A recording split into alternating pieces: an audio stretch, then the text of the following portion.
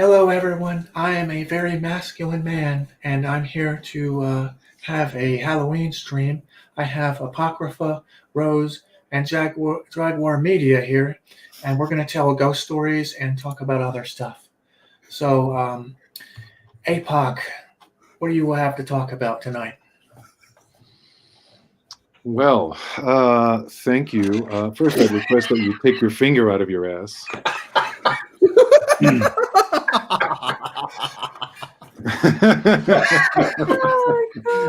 There are my vocal cords right there to even 20 seconds. But yeah, dude, go Okay, ahead. so well, I'll actually. Well, I have a lot with. Okay, Halloween. Sam Hain originally. I don't normally talk about all of this, but I have been a witch, a Buddhist, and a shaman. I have gone very far in exploring the territory between what we know, what we don't know, and what we can only imagine. And what I'd like to talk about or bring to the table is, let's say, perspective on the entire tradition of Halloween, what it means, maybe talk about some of the things involved with souls and ghosts and other living and dead traditions that have been going on for longer than humans remember.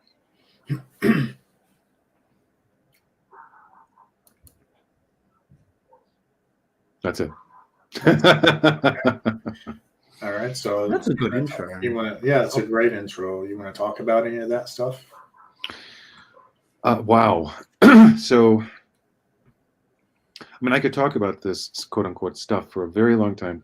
My back, yeah, maybe 30 minutes, maybe. Well, okay. So my background, I mean, I started on this whole journey a long time ago when I learned meditation as a very small child, and that kind of opened my eyes to the world of the unseen in a very odd way. I've talked about learning meditation as a child before, but what I don't usually talk about is the fact that it made me really sensitive to, maybe very sensitive to other things, things I don't really have words for, things that people often will call energy flows or ghosts or demons or spirits, and I never really had any understanding of what the hell they were, what the hell any of it was. And none of the literature I read or anything anybody told me really made sense. So it took me a long time to make any headway into it. And I was a Wiccan for a long time, a witch. I was even initiated into the Gardnerian tradition. I was involved with the cult of the Golden Dawn, all of that. A long list of occult studies and involvements. And then I eventually found Buddhism and shamanism and incorporated that backwards into everything else I experienced. And what I can say for sure is that there is something to this. It's not all just woo. Before we get into that, can you explain what shamanism is? Well, shamanism, is the way I think of it, is the direct of the mind with whatever the hell else it is that's out there. I guess some people would say the spirit world. And I first started learning about that when I'd say maybe in year 10 of learning meditation. You start getting into some really deep states. Things start, in an odd way, things start to talk to you. And they're not in your voice. It's a little weird. And then I eventually found my way to psychedelics, and that opened up another door. So that's shamanism is essentially the involvement in the supernatural world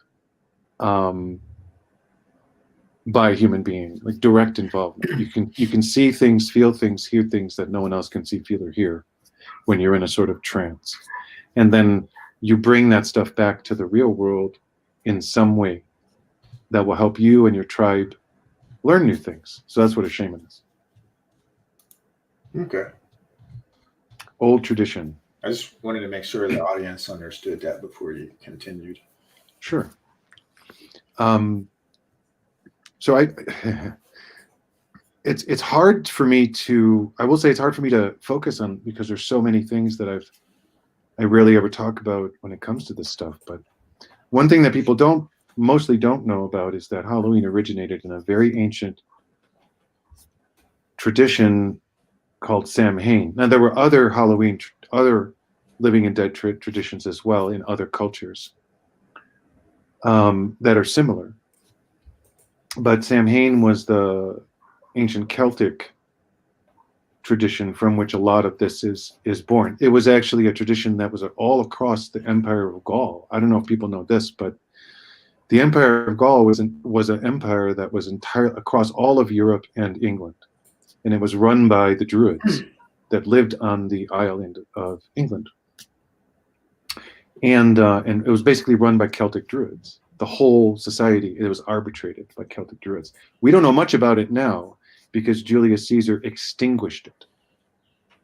But what we do know is that they were a highly spiritual culture.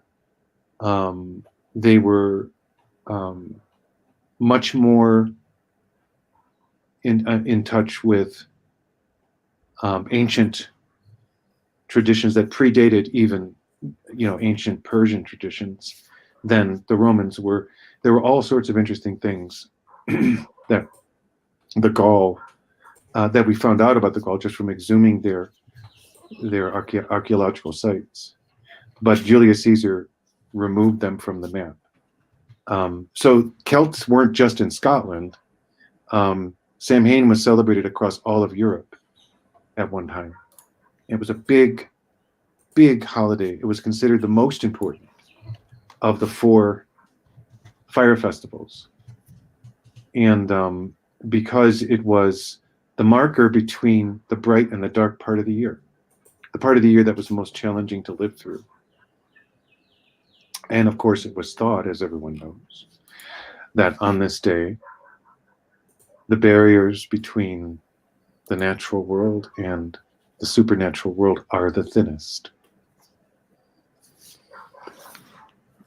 So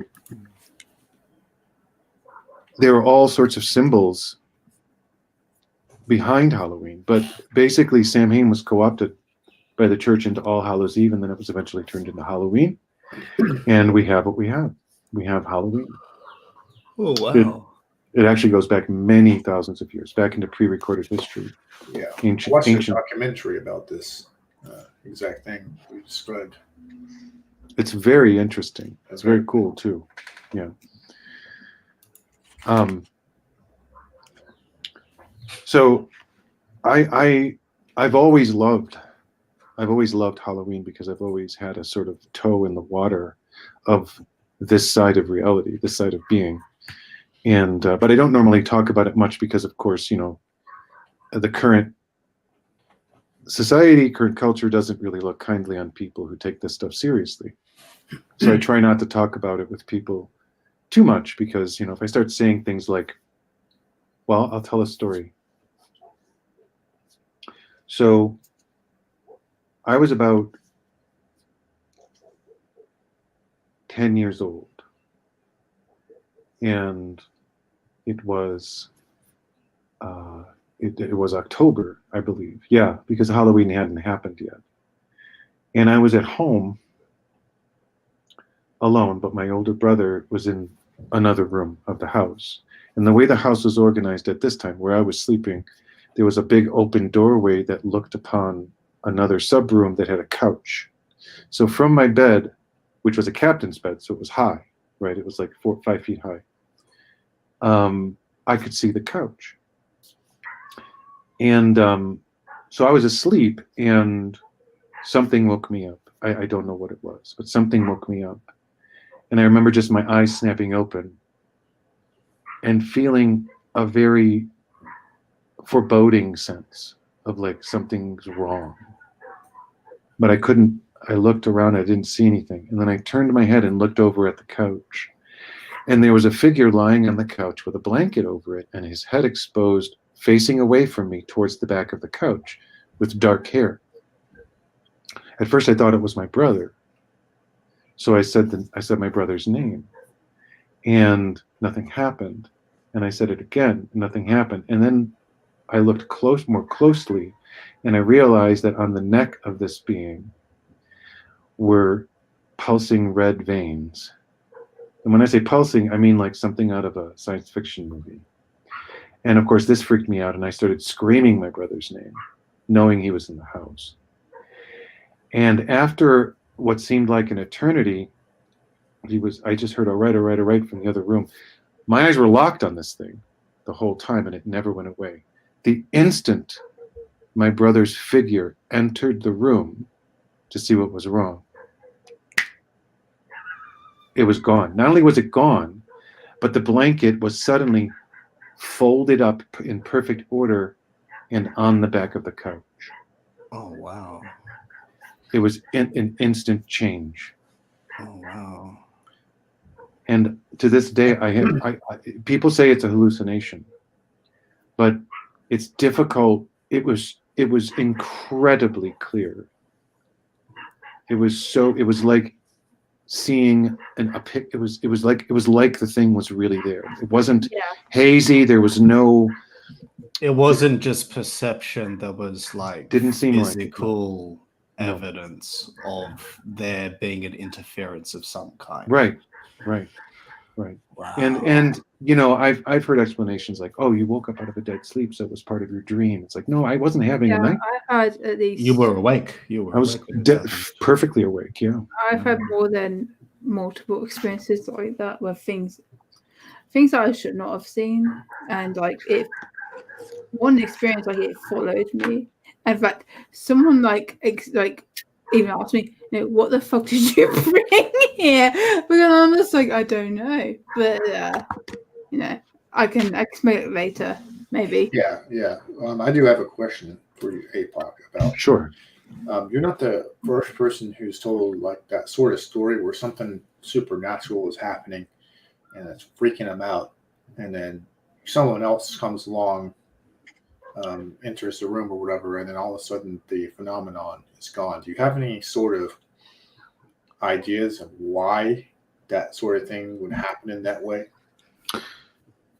I mean, I have speculation as to why, and yeah. So if we assume it was a real phenomena of some kind, meaning obviously my brother didn't see it while he was walking into the room, so only I could see it, right? If we assume it wasn't a hallucination, if we assume it was some kind of seeing beyond the veil, the action of another person coming into your field of perception, if you think about the veil, quote unquote, as a phenomenon of, we'll call it energy, it's probably true that effects like this are rare, and they are. We know they're rare. And if they're rare, they're probably fragile. And chaotic. And chaotic. So if another person enters the frame, their being, the field their being creates, is going to interfere with whatever it is that you're currently locked into. Can I add a comment to this? Sure. By all means. In one of my experiences with one of these beings, they taught me about this exact same thing, and it called it resonance. I thought she called it, the entity was a she. She called it psychic resonance. Interesting. Yep. Resonance is a much better word than energy, because it's not actually energy. It's more like you're wiping, it's more like for a moment the curtain flutters open. I'm going to have a related question to you later on, APOC. Once we go around and have everybody tell at least one story, I have an interesting question. Maybe you'll be able to answer, maybe not. We'll just see when we get there. So, in case anyone is wondering why my avatar and name and everything, this is my Halloween costume, so to speak. It's very scary, obviously. Yeah, I'm terrified. Like you're using masculine So masculine. speak. Shut up.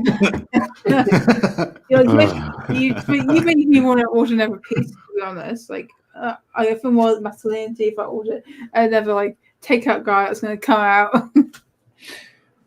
All right. So that was pretty good. That was a good story, APOC.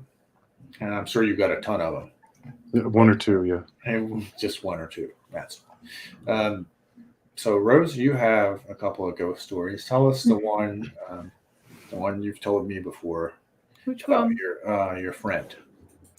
That was actually that was terrifying. So this was after I know she'd already been dead for at least 2 weeks. I woken up middle of the night. I felt cold and I looked over and she was just standing there as I remembered her.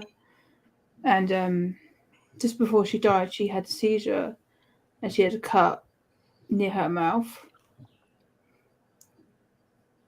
which actually terrified me. But something else was there with her at the foot of my bed and I couldn't make it out. It kind of looked human and not human at the same time. But I do remember, like in extreme detail, she was there, but she didn't say a thing to me, not a thing. And all I could say was that you can't be here. You know, you're dead. You can't be here because you're dead.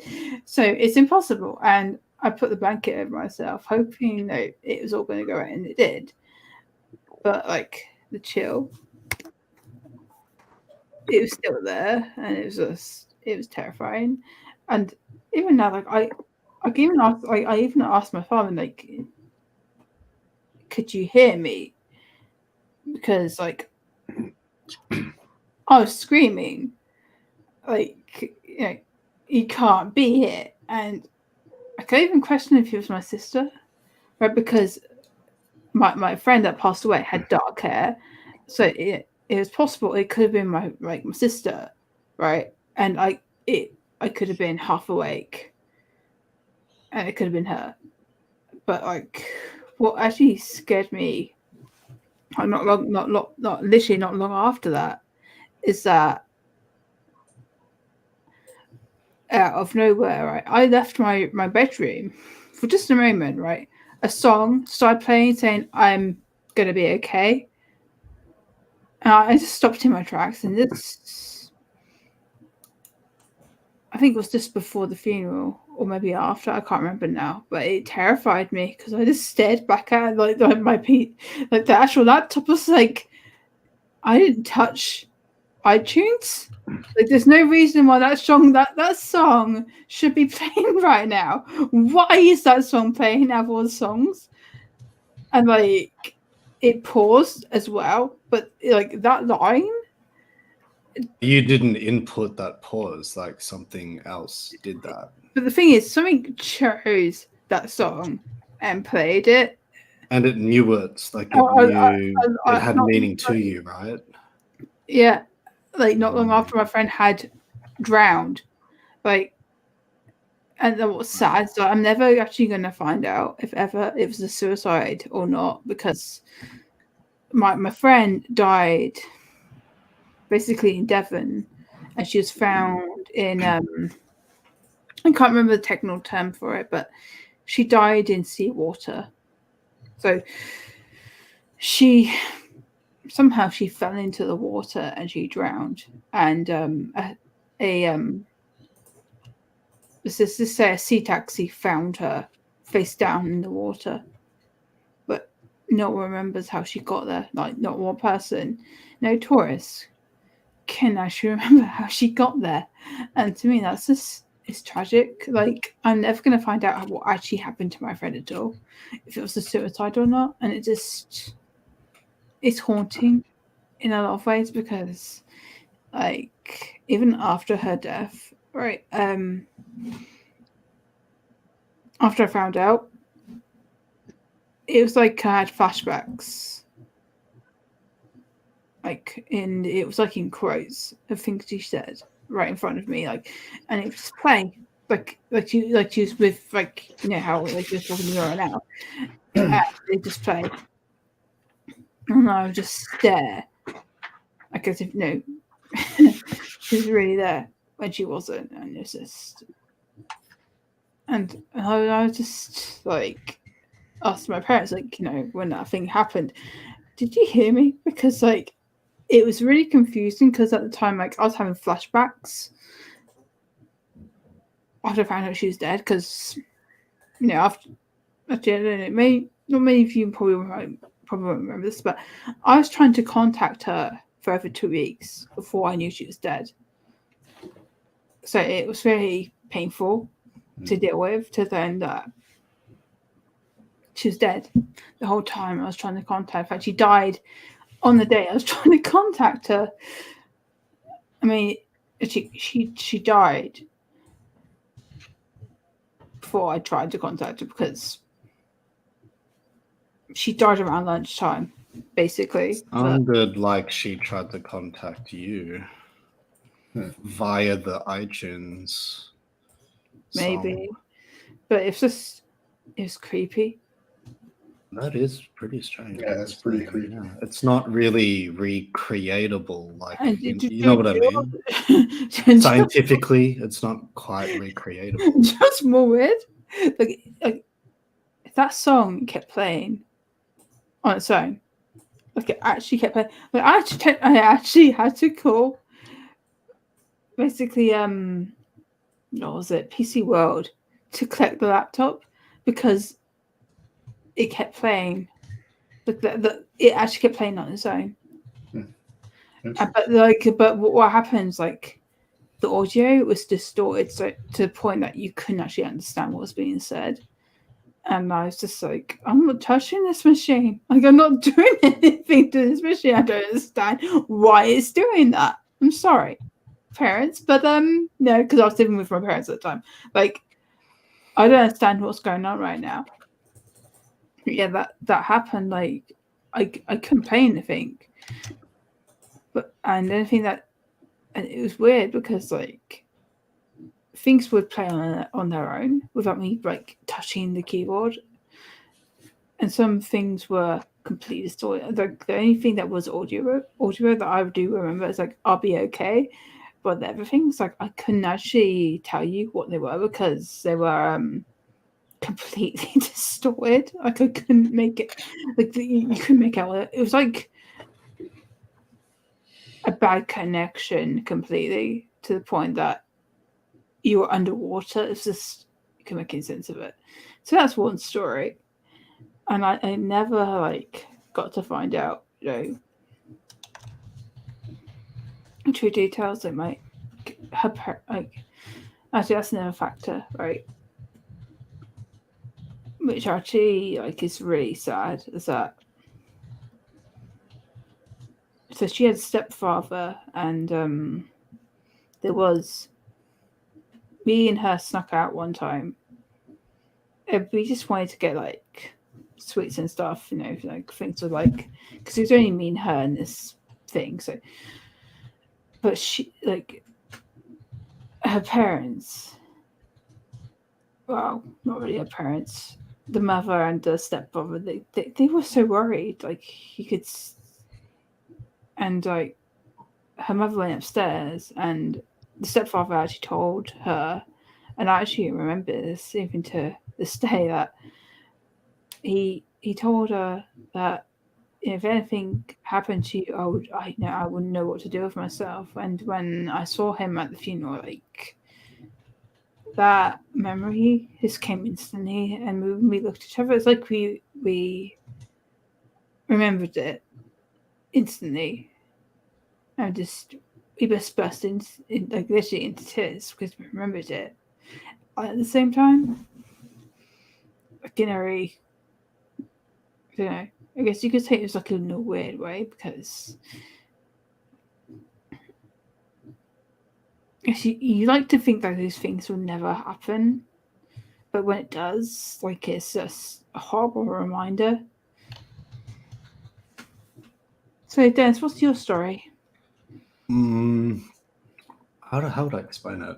For me, I have had many incidents, but it's with the same entity. Really? And this entity and I have a lot of history. So I used to see a lot of things as a kid. I used to see giant spiders, like giant astral spiders, like the size of a picture frame or bigger. When I was a kid, I used to see like demons. I used to see angels. I used to see all of them. But one of the incidences, because this is important for my story, one of the incidences was when I was about 5. I had this really scary nightmare to the point where it was real. But when I woke up, it's like the sounds of that nightmare were still going on in the background, and I might have been in like a semi-meditative state. So there's this dream where I was a baby and I'm overlooking these people wearing Venetian-like masks. And then there's a knife that gets picked up and slammed straight into the baby's chest. And then these people are drinking the baby's blood. And then they say something really weird, like, "You will know us. We are your family." And this entity in the background who called herself, should I say her name? The entity's name? It's your choice. The entity's name she called herself Lucidia. She used to appear in my dreams, and when I was awakened, we would just have fully fledged conversations, and she would tell me all kinds of things about not just esoteric knowledge. She would tell me things that would be impossible for a child to deduce on their own, like things about physics, things about the laws of thermodynamics, things about the pockets of entropy in the universe and how the spirits or the ghosts, whatever you call them, use them to get into the veil and break through the veil to come into our realm. She told me about how this whole system works, and there was one particular incident which I think was one of the creepier ones, where this happened when I started to become, well, there was one incident when I was an 8-year-old.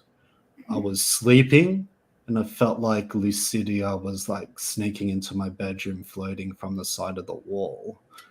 And then she holds her fingers in a triangle position above my forehead. And then I wake up, but she's still there above my face. And she says, you have been initiated. I have opened up your third eye. And I was an 8-year-old at the time when this happened.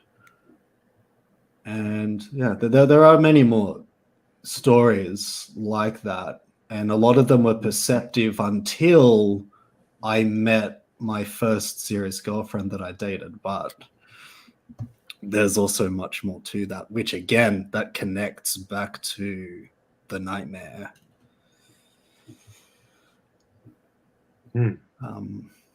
But that was just one incident of when I was an 8-year-old. But what I couldn't explain was around that time, and several other incidences, is that in the daytime, I would hear children running around the house, but I'm an 8-year-old and my brother's a 10-year-old. And I was downstairs, but there were like children running upstairs when no one was upstairs because it's a 2-story house. And then what I decided to do was I threw a ball into the hallway when no one was there, because the hallway is not exactly in line with my bedroom that I was sleeping with. And this is the same house that I'm recording in too, by the way. I go downstairs and I go back up. The ball has been moved, like a juggling ball has been moved and put on my bed, like on the center of my bed, when no one else is there. And to me, I could never recreate that. And another incident like that, where again it involved physical things, was when I had that dispute with my family when I was going MGTOW. I would see it. I think I have a photograph of it. but I would see like this Lucidia being walking around the house sometimes, but it would throw rocks near my head, but there's no pebbles in my in the plants upstairs. So to me, that's really weird.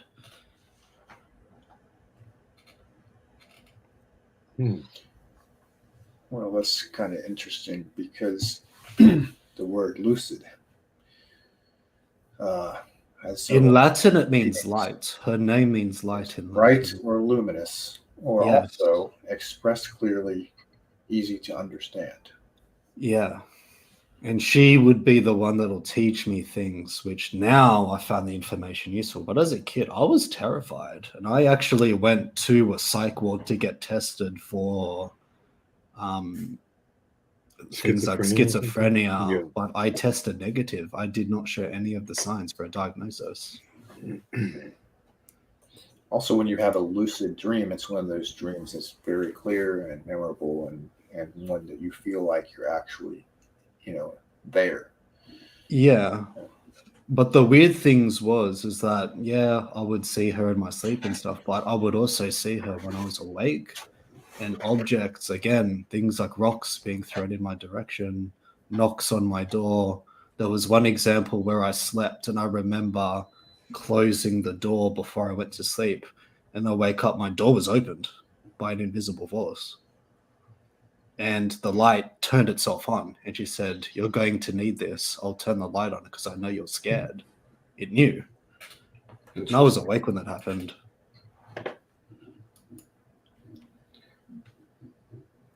But I think it's connected to my birth family, which again, I say it also connects with my ex because her and I also have a bit of a spiritual history too. But I will leave the panel for someone else before I talk about that part. Okay, we'll come, because that's kind of interesting. We'll come back around to that. So I actually have a question for APOC related to all this. So we're talking about angels and demons and otherworldly entities. I've heard that these things might be actually, maybe not all of them, maybe just angels and demons might be fourth dimensional beings. And other things I've heard about, like something that's fourth dimensional, is it really can't be perceived by something that, say, is three-dimensional. And likewise, say, like, if something was alive and it was a two-dimensional being, it really couldn't perceive us as three-dimensional beings. Now, correct me if I'm wrong about that, APOC. But well, that's the common. Yeah, that's the so that's in the realm of what we say in physics, lies that we tell children. Not that you're a child. Okay, no, that's what it's called. Yeah. Right. So it's a way to conceptualize the concepts of dimensions. But the thing about it is that the word dimension as used in science doesn't mean, doesn't mean X, Y, and Z physically. Gotcha. It just means a degree of freedom. So for example, if you say fourth dimensional being, well, we're all fourth dimensional beings because we exist in three-dimensional space and time. See, that's what I heard. The fourth dimension was time. Well, you can think of a fourth dimension as time. Okay. To add to that, And so there are any dimension. A dimension of being is any free variable that involves your existence that can be quantified and talked about. speaking of time, can I talk about the CIA study that I gave you Yes. pictures Yes, of? Because this is related to it. I've actually heard of something related to what you sent to me, involving out of body, like they were experimenting with people doing out of body exercises and traveling the astral plane. Yeah. And actually being able to see things, like find things and come back and like locate shit.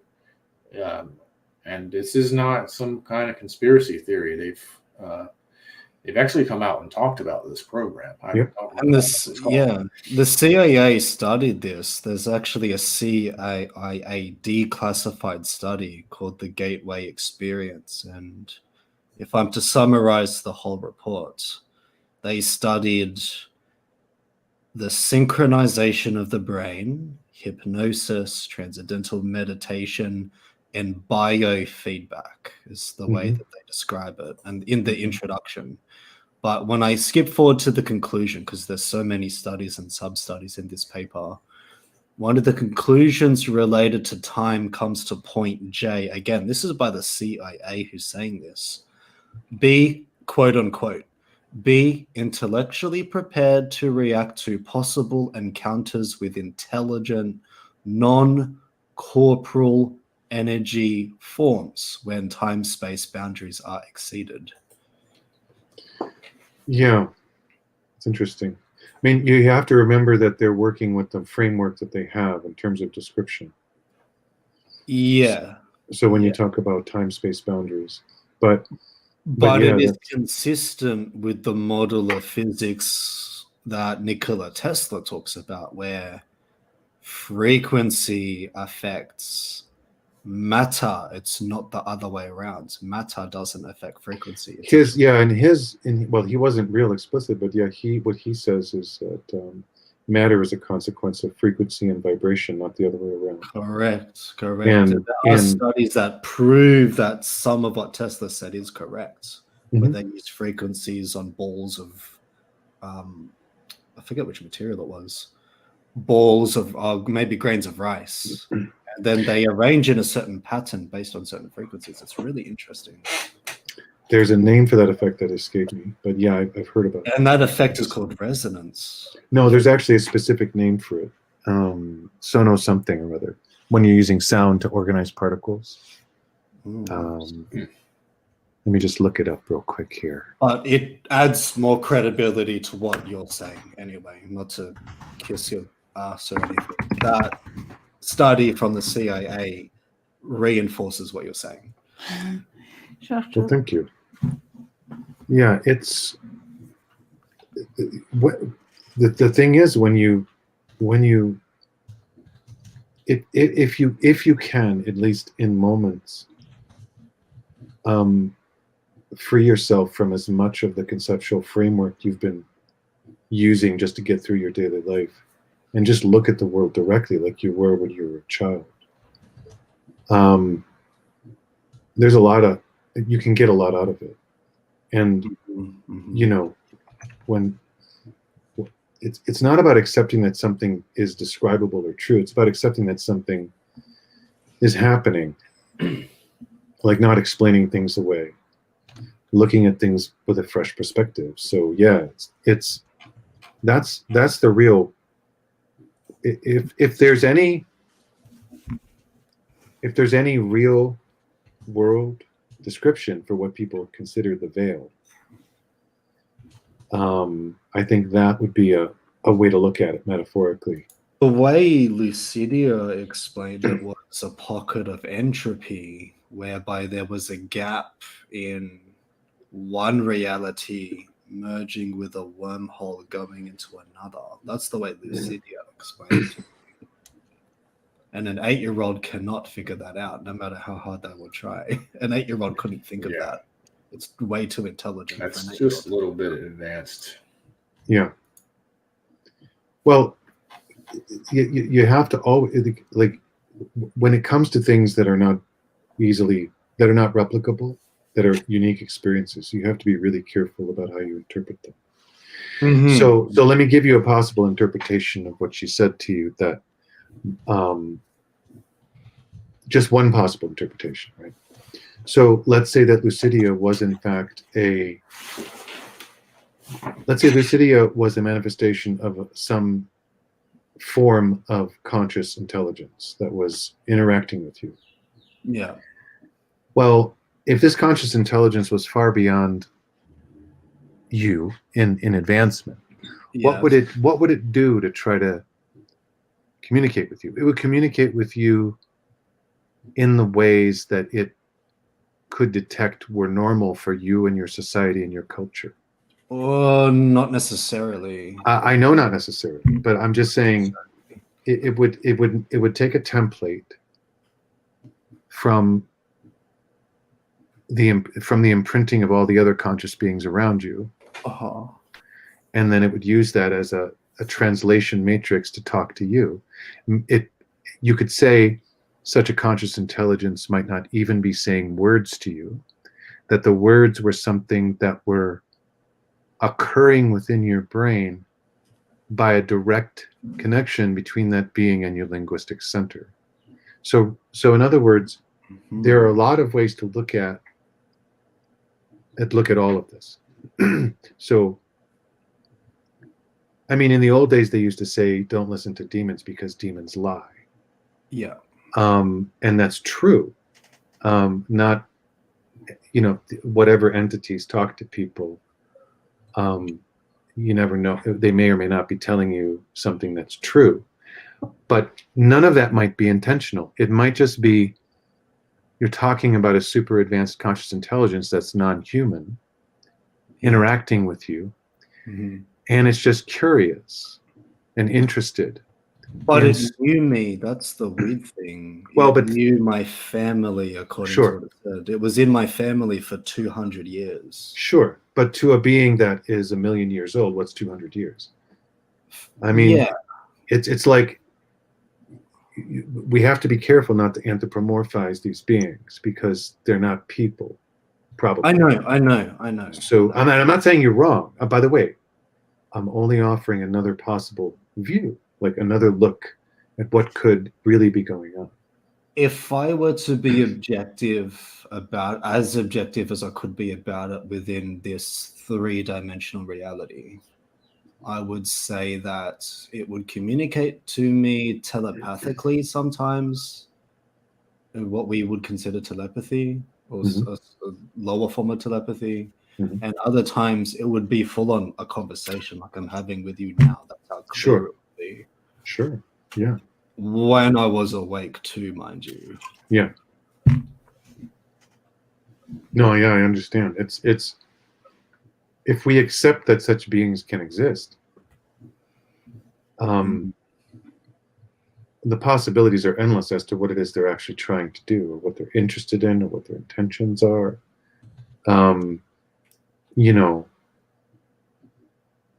We just don't know, because the interaction is so fragile and so difficult. Yeah. So I would say, though, what was interesting is leading up to the stuff which happened with my first girlfriend. It was right about my family, like my birth family, because I'm adopted, right? I have 2 Yeah, me too. It was right about my birth family owning a castle, because my grandma years later showed me the same castle that was in my nightmare.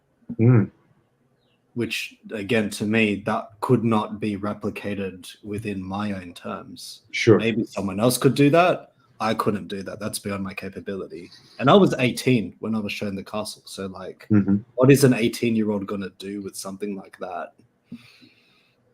The other thing that was also strange was that Lucidia introduced me to other entities, and they're the ones that either I've anthropomorphized, or these are other beings that worked with Lucidia to introduce me to the girl that I dated for 4 months in college, who showed me knowledge that I could not have gained otherwise, because it was physically impossible for me to do that.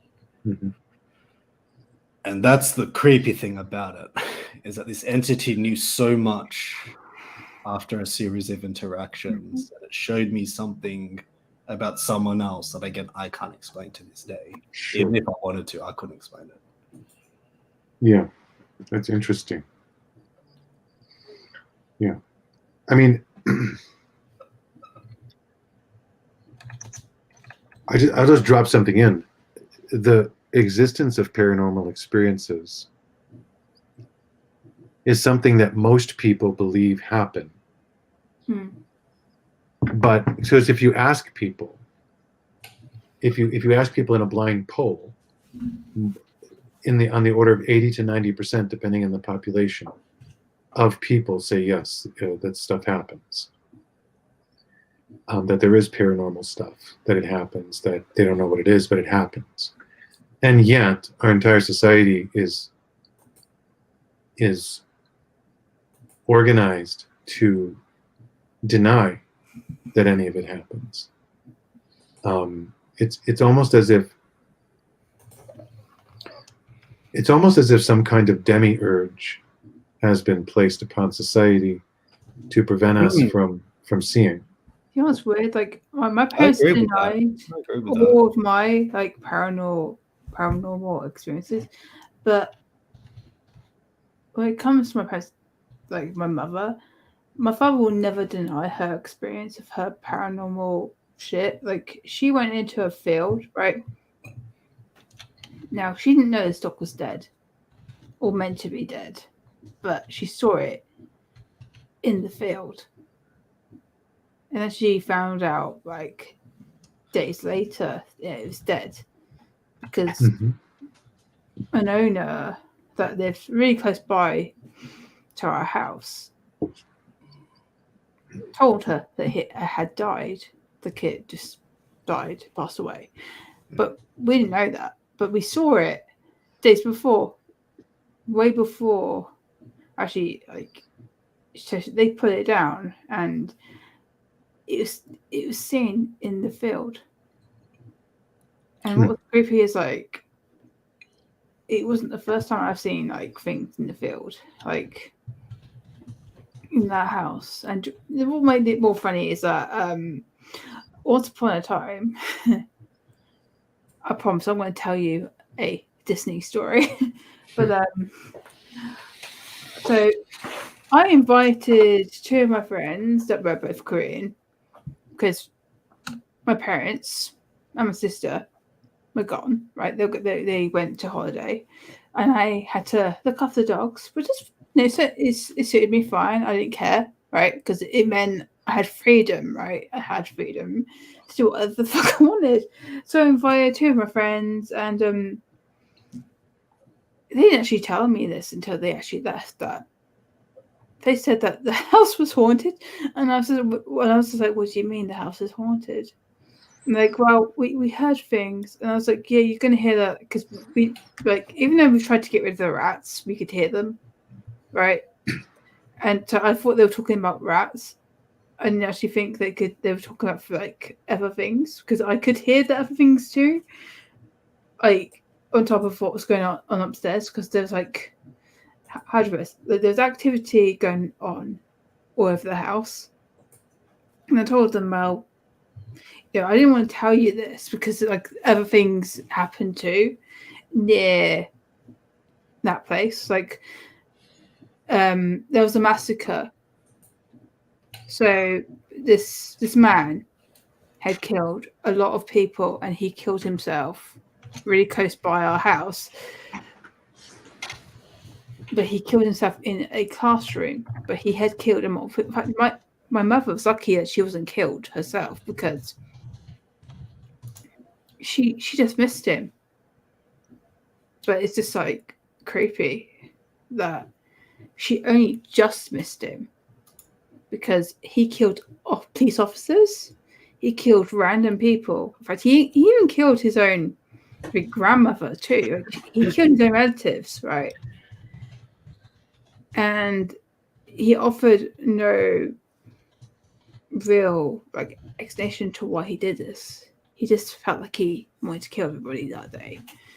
Yeah. It's creepy. And this was over 20 plus years ago that he decided to do this. So I have a question, Rose, kind of related to what the other two were talking about.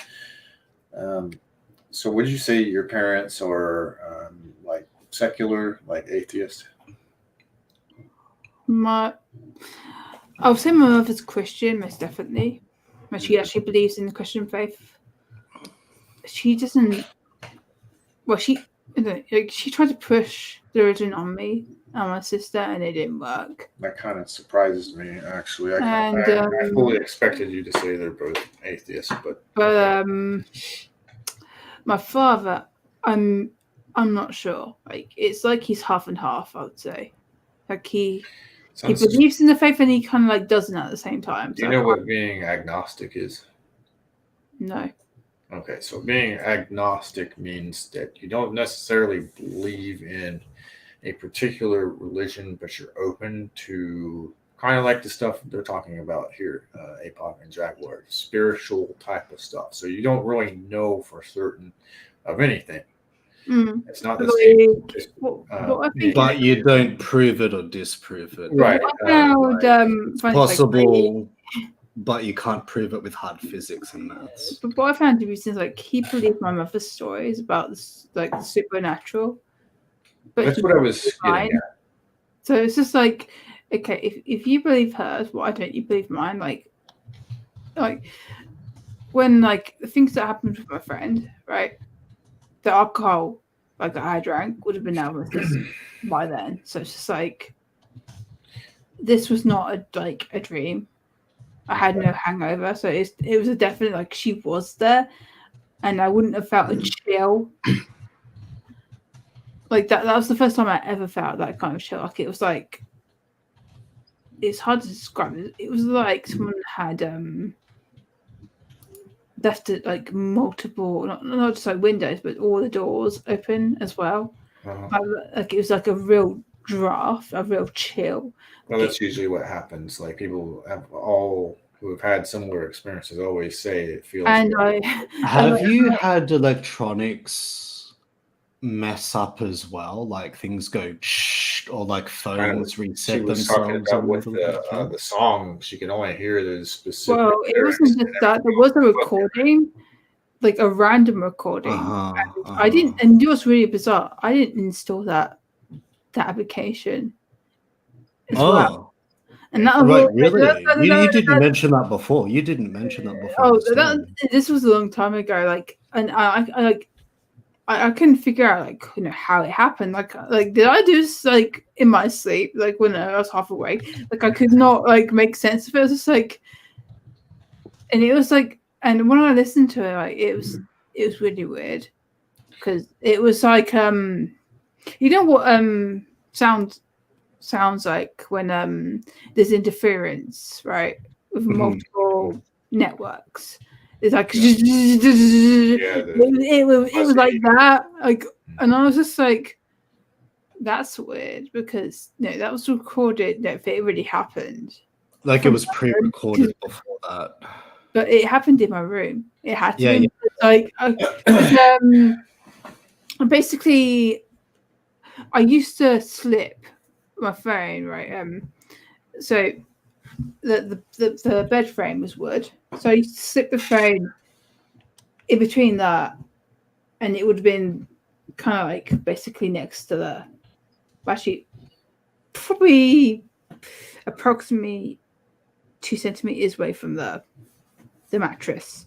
So it was like, and I was just like, it shouldn't be making that sound because there's nothing, in this room that should be projecting that kind of sound. Like, if like interference with another network would mean something had to have been there. Yeah, so it's like objectively, yes. And then I listened to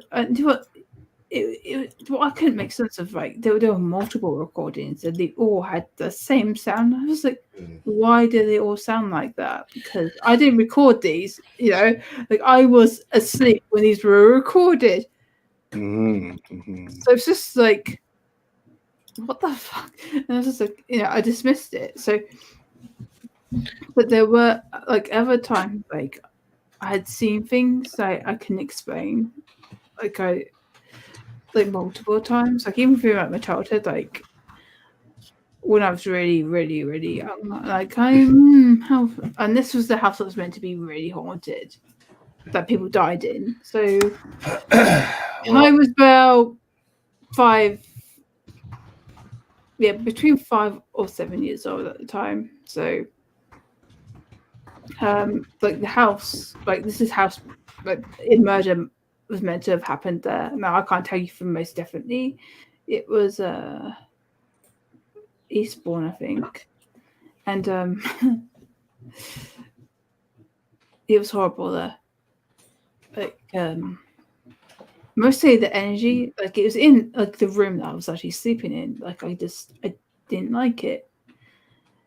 I could hear voices basically, and these voices were horrible. And at the time, like I couldn't make sense. Like if it was the people that were living next door to us inside, like were just trying to mess with me basically, because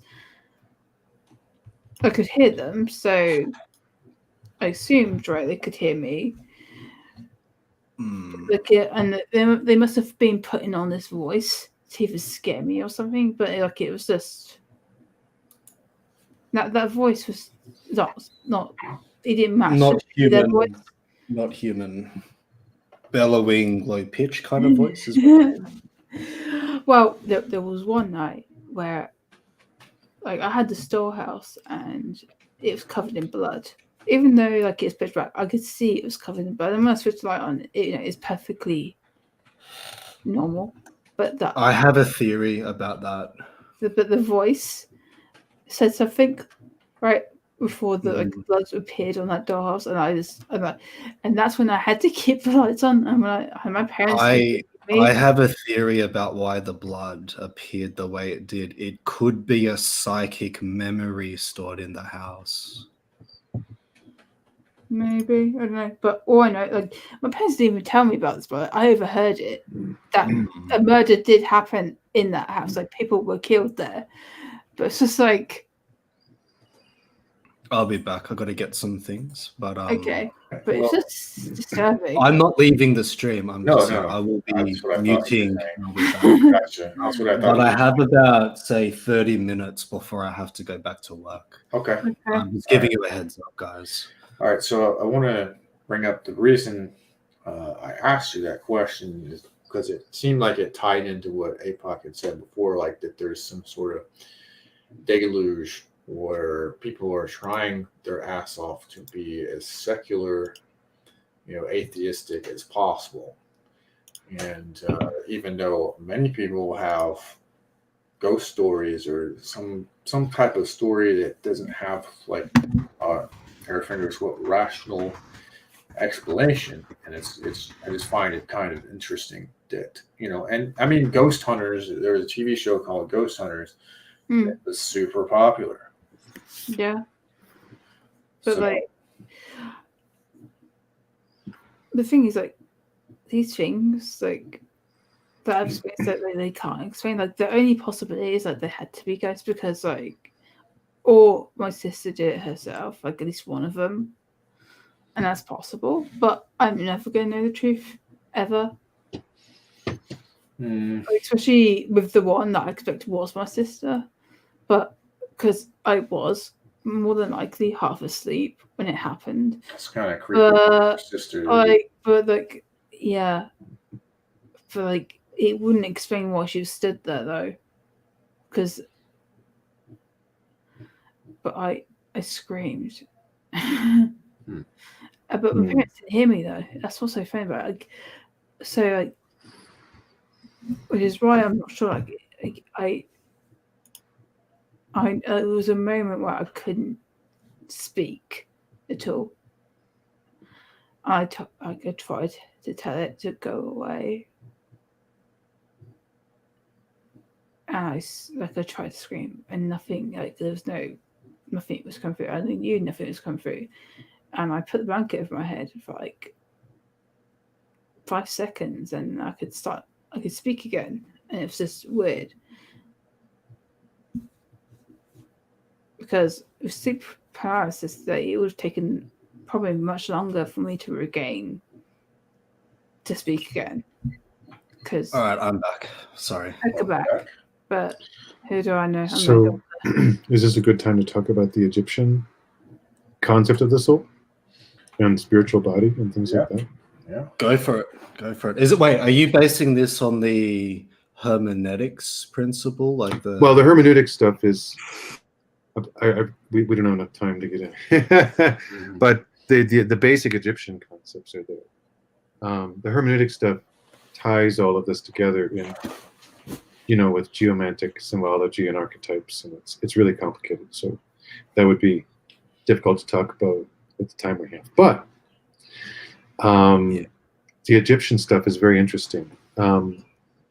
See, in the West we have this idea of quote unquote the soul, which is an incredibly simplified sort of idea, which is that everything we are is somehow immaterial, and that we're basically the idea that's put forward and that we commonly use to get around is we are souls riding around in meat suits. I would agree with that worldview. Right. I guess astral view, spiritual view. Yeah, but that view is actually quite recent. It actually doesn't even concord with Jewish or even ancient Christian mysticism. It's actually a fairly recent idea, and it's a simplification that has been done over time to make it easier for, I would imagine, to make it easier for people to digest. I don't really know the reason for doing that, but the Egyptians had a much more interesting idea. They had essentially they had a many-part soul, and there's some contention as to the actual meaning of some of this, but there was many parts. So there was, and it includes the body too, which is interesting. So you have the Ket, which is the physical form, the Sa, which is the spiritual body, what we would consider the soul, or the sort of that which is our consciousness. So sort of the Sa is the thing that goes to the afterlife. Like as No. mind, like under the Greek model, or the soul is another thing under the Egyptian interpretation. Yeah, no, it's different. Okay. The spiritual body is what lives on after death. Oh, like an astral form of some kind. Kind of, yeah. Okay. Yeah. Because in Greek, soul is psyche, just to clear that linguistic stuff. Right. And then they have the heart, which is symbolically, sort of how we're connected to the universe emotionally, I guess. And then we have the Ka, which is the vital essence, which is you could call it the life force. This is what differentiates between a living and a dead person. Yeah. And then you have the multi-levels can still exist even after death under the Egyptian understanding. Well, no, all of these are dispersed except for the Sa upon death. Okay. So you have the Ba, which is the personality. So that which makes you right now, your normal human foibles, habits, and personality, the thing which allows you to function in the world. Mm-hmm. There's the Shut, or the shadow, which is sort of like, you can think of it as a Jungian shadow. It's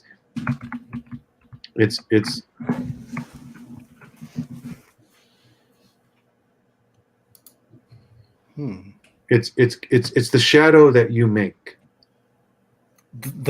Okay, kind of like the shadow self in the Greek. Kind of. Like that. Okay. Yeah, and then there's the Sekhem, which is your form, and this is a very mysterious idea, but it has something to do with that which gives you the power to manifest in the world. Within the three-dimensional worlds from your higher being. Yeah, the Sekhem the Sekhem is actually seems to be more connected with consciousness and the Sa than with physical form. And it's also referred to in the Book of the Dead as the power, and as a piece within which Horus and Osiris dwell in the underworld. So it's a mysterious aspect of the soul. Don't they believe that the Book of the Dead can return the dead from life? Like they can bring the dead back? At least Egyptian. Well, there's a legend of a version of the Book of the Dead that can do that, but no one's ever, That's obviously. like a very advanced form of necromancy. But I Which guess is it would come with a evil great as curse if you could find it. Yeah, We have it's true. we have a question in the chat, real quick.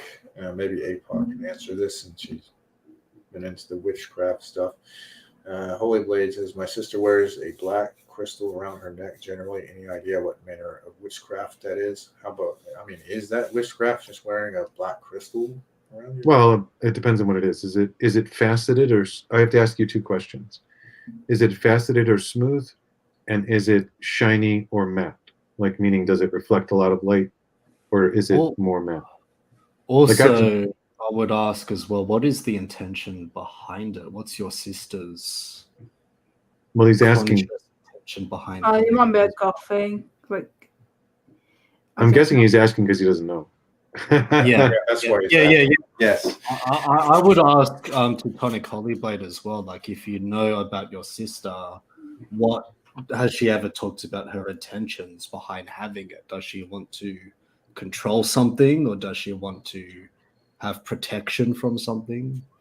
but it could be just simple as a simple fact of if it looks like a goth thing, then she's probably gonna wear it. It could even be that, but I was just But wondering I just wouldn't because know the intentions Is It that is shiny. manifest themselves. It is shiny. Is it faceted? Does it have facets, or is it smooth? Mhm. maybe he should take a picture of it. No, he'll remember that. That's Okay, she's a goth but an atheist, he says. That's interesting. That's But actually kind of a contradiction, though, isn't it? Because onyx has a specific meaning under not really. Like, different traditions. okay. So yeah, it's probably onyx. It's probably not jet. It's facets. Yeah. So it's probably onyx. Yeah. Yeah, onyx is. I mean, you can actually look it up yourself, and she probably just likes it. But you can look up onyx spiritual meaning. Maybe it matches her goth outfits since it's black. it's true. I mean, actually too much. Like, even though I like gothic shit, I mostly don't. Well, actually, I've kind of changed my uniform recently, but a lot of time I do like to wear black. It's because like it goes with everything basically. Like, it's just easier. So it's actually easier to be a goth because like it requires no effort really. Like, you only have to wear black and like get some accessories, and that's it. If you actually want to go for the full uniform, otherwise, yeah. Like, I just wear whatever. Is she lonely? Is it not everybody in this fucking day and age? No, I mean, is she like? Does she evince loneliness? Or longing or something like that, because usually people gravitate towards this kind of thing when they're lonely or in grief. Mm-hmm. To be honest, it's not really difficult when society Recently Just go- divorced. like it enforces what should be, and then it's just then I don't know. I guess it really depends. Like, Because that can create like a spiritual charge, like whether she believes in it or not. If we are spiritual beings, that could create like a spiritual charge of some kind, which an entity can latch onto. Whether she intentionally does that or not, I'm not trying to be like all high Well, the thing- about it. So Well, the it's thing a about possibility. Well, the thing about onyx is that it actually helps ease loneliness and grief. Or according to Yeah, according to the witchcraft, Yeah. it would ease that pain. Also- I remember reading about that somewhere. I've never found these. Like, Can I go on to my story because I do have to work in about Yes. 10 Yeah. minutes or so. Yeah, please do. Just go ahead. So, remember how I said that I turned 18 and I found out pictures about the castle Yeah. around that time period? This is about 5 years or so before I meet my first girlfriend. This is when stuff started to go down. It was around the time I turned 18. So I had this weird vision / experience where it was like my spirit was dragged out of my body by another spirit, but this spirit was like a handsome looking guy in a suit who literally called himself Lucifer. But I don't think it was the pagan Lucifer. I think it was like the Christian version of Lucifer. And Lucidia was also there as well. And I was surrounded by these two beings, and it was like, now it's going to get graphic. It was like I could feel a heavy force taking off my clothes and doing things to me, but it didn't do things to me like sexually per se, as it did this weird, I didn't even know what it was, as it did this weird thing to me. I got visions about this girl who was this white-skinned girl with dyed red hair, and of her as a child basically being raped as a child. And she knew my family, my foster family. 5 years later, and by the way, this entity that's saying that it's Lucifer and that told me all this information about her. This is the person you will meet in college. She will be your first love. She will be this, she'll be that. And you can't escape her no matter what you do. You can't escape this. This is part of your debt for your family sins. That's what this entity said. Skip forward 5 years. Yeah, you know, like In person. is the Morning Star. I meet this person in person. Like I meet this girl in person 5 years. That's cool. We ended up dating the way that the other being predicted. Turns out that when she showed me the photo of the family, because it was like a family friend who did the act on her, she asked me to point it out. I pointed out who was the rapist, and I was correct, despite not meeting her before. But it turns out that her mum knew my mum as well. So again, that Lucifer being didn't lie about that. And also didn't lie about the fact that these astral beings that surrounded me, when I had that really weird vision where it was like on an altar doing like a sex ritual or something, which showed me the memory of Jasmine in the first place, that they said that they were my family and then they were like these dark priests. And it turns out that Jasmine is connected to my foster family, even down in the lineage, like my family's lineage as well. Like her shield, her last name is connected to Edward I. My mother is a Hudson by birth, who's also connected to Edward I down the bloodline. So something really weird was up with her. And two particular incidences that really stuck out was one, she was so angry at the world because she started coming up to me about this grief that she went through, that we went to this haunted place. She drove to this haunted place, and the photo that she showed me of like this gnome-like entity appeared outside of the window of the car at nighttime with a handprint on the window when no one else was outside of the car, with the car fully like closed. That was one incident. Another incident that happened was when she went over to my house. We both heard the same thing. We both heard a whisper saying, "Jasmine." And then it said, "I'm going to choke you." And it actually like tried to choke her. So whatever Lucidia was doing, she did not like Jasmine at all.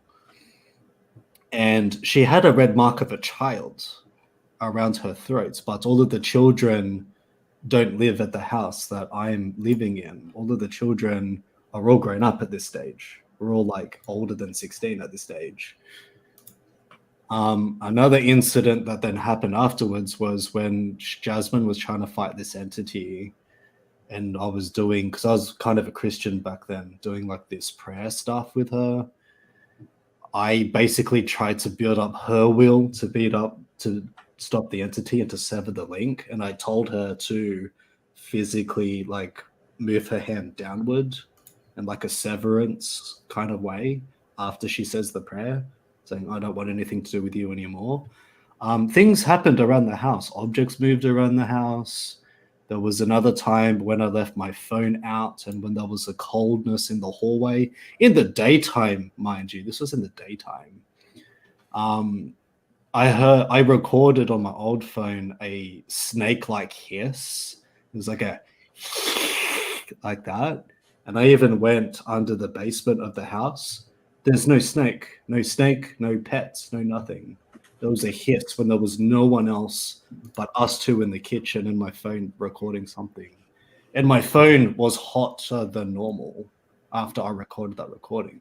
Afterwards, I decided to destroy the phone because I did not want that energy from that recording on the phone. And after like several incidents like that I can't explain because her and I both heard and saw the same thing at the same time. It eventually went away. And then when it eventually went away, that's when she decided to cheat on me, like again, the Lucifer being predicted that she would do anyway, because I saw her past sins. I saw what happened to her before we met. And then I saw her future sins before she committed them. To me, I could never explain that to this day. I even predicted the name of the guy that she cheated on me with before we got together. That's creepy. To me, I can't explain that to this day. And it all started off from a little girl-like entity, a little Asian-like girl entity called Lucidia, who taught me all of this stuff about her. And then the second girl that I dated, which nothing really happened there, turns out her bloodline, which is the MacArthur bloodline, is also connected to Edward I. Every girl I've dated is connected to Edward I. And genealogically connected to my my foster family.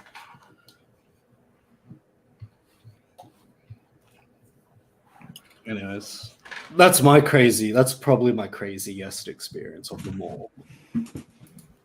Is that there was a level of soothsaying there which I can't disprove. Because I knew too much, put it that way. And it was physically impossible for me to like get that information about Jasmine because she was a child when I was a child. And she lived like 300 or 400 kilometers away from where I live. Mm-hmm. Back in the later 90s, before the internet. Before the internet, yeah. The good old days. Really, the good old days. None of you young pups know anything about what it was like before the internet. Well, I was a child at the time. I won't say that I'm like a... Actually, that's not entirely true. I do remember. Actually, I remember when we were first... I remember when my parents actually got the internet. And that if I wanted to play like World of Warcraft, that and I still wanted to play it, right? That they had to like take the phone line, not the phone line, the internet line out, so they could put the phone line in, so they could actually make calls, because otherwise they couldn't have phone calls. I still remember that. I was so angry. My mid-teens when we got a 28K dial-up connection. Oh, I was so gutted. I was like, Mom, why did you do that? There's no way you can play fucking World of Warcraft on that shit. Oh, I was so gutted. If you wanted to listen to like a 3-minute song, it would basically have to download all day. You just leave it downloading and walk away and go do something. So yeah, I lived a good time without the internet. And the internet I did have when I was a kid was such shit that it was almost pointless. Oh, like the 1990s internet when like a megabyte was considered a godsend of quantity of memory on your computer. Yes. Yeah, not even kidding. Like the days of Jazzy Jackrabbit. You know, I remember when it took all day to just like download World of Warcraft. to your Or a picture. Or a thing. picture. Like, it was just like, oh my god, what is But World of Warcraft is and like, you had to do it disc by modern day, disc too. Like, you actually had to do it disc by disc. Like, it wasn't like an instant download thing. I was like, oh my god,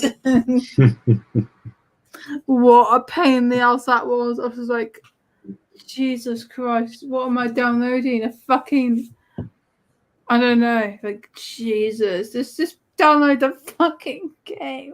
I just want to play this game. Could you please let me play it? Please?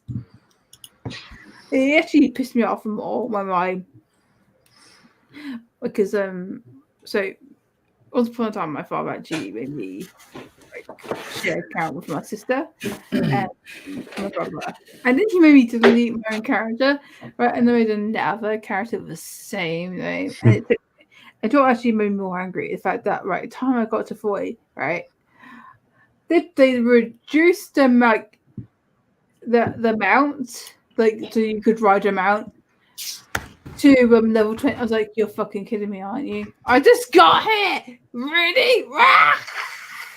Really? Dude, I've wasted so much time getting here and now you do it. Why? Fuck you. And not impressed. Rose was not impressed that day. Nope. Nope, she was not. She was pissed off. Very angry, actually. Pissed off and angry. Angry Kleiner Rossi. that's like I'm going to every day. one day so hard that It's gonna be a you glorious smack. Totally deserved, but totally yeah, worth you tell yourself that. Oh, my head. it. Yeah, I will bad. cherish that smack. I will like take a picture and frame that the result of that smack, It's alright. I'll get Wolf to like take a picture. and maybe like whack off to it afterwards. Jesus. I'm just kidding about that part. Just during the If you do that, please don't tell me about it because I'd rather be in complete denial Just about during this. the part, there. I wouldn't do that. Yeah, you should stop doing that. Do that when I'm not there, please. No, never. Graphic. It defeats the purpose of being Menace. So bad. Anyways, thank you for hearing my crazy story, guys. It's Thank you for fine. hearing it out. You are welcome. Very interesting. I guess I shouldn't mention that the first computer I ever built was in 1976, right? Nope. 76. Right there, dude. Yeah, I posted a picture of it in the private chat. Fuck, man. My dad was 16 in 1976. Well, I was 10, so Damn, dude. Damn. What was the computer like? Was it like one of those Heathkit green ET. ones or No, it was a Heathkit. It kids? was a Heathkit. Yeah. Let me find a photo of it. Well, I put a. It was an ET3400. Oh, dear. Oh, one of those, like one of Yes. the Wall Street ones that they used to use for like Wall Street. Like the oldest computer I've been around was like either the Apple II or the Commodore 64. The oldest computer I was around was not. Was there an OS before Windows 95? Yes, Yeah. The Windows before 95. Windows for workshops. Windows 3.11. Windows for Workshop was the first Yeah. computer my family privately owned, and we would play Jazzy Jackrabbit on it. Oh, Jazz Jackrabbit. I remember that. Hard game. That's when games were. It would take like a day almost to like play more than 2 levels of that game because the speed was so slow. Oh my god. But I was fond of the flight sim. I got to say, Windows 95 or the flight sim, the 95 flight sim was one of the best. Mm-hmm. And in 2004, they took that to like a whole new level, which was so good. So good. So good. So, APOC, you mentioned at the beginning of the stream that you been a witch or a warlock or whatever. No, just warlock is not usually used in the community. Okay. Well, It's just I wi- thought it's just witch. you were a Did witch. you ever? Oh, so witch is a gender neutral term. I was Yes. about to say, Yes, it I is. thought it was. Right. Now what does that entail? Like, how do you get in? How did you get into that? What is in being a witch really entail? Well, at the time, it was. You kind of, I mean, basically, you go to a new, a spiritual bookshop, or basically you went to a. The only place you could get information on it really was either in magazines that you didn't know about, or you had to go to a bookshop. Mhm. So that's where I found out about. I mean, I had been researching I've been researching the whole enchilada, pagan rituals and the history of Wicca. I'd read the Golden Bough and like all sorts of other things, and had gotten a lot of books and done a lot of reading, but I had never connected with anyone else and I have never, actually become one until I went to a bookshop and I saw an advertisement, Sorry. and then I just answered the ad and started talking to those people, and they were hooked into other people, and it just went from there. So how do you get into that? Well, you have to be, I mean, if they're worth their salt, you have to be serious. Like just walking in and saying, I want to cast a spell on my boyfriend, they're going to say, go fuck yourself. If they're worth anything. Gotcha. So yeah, if you're actually serious about it, then they'll let you into their group. Start hanging out in person, start talking, and then you start learning things directly from the oral tradition. Mm.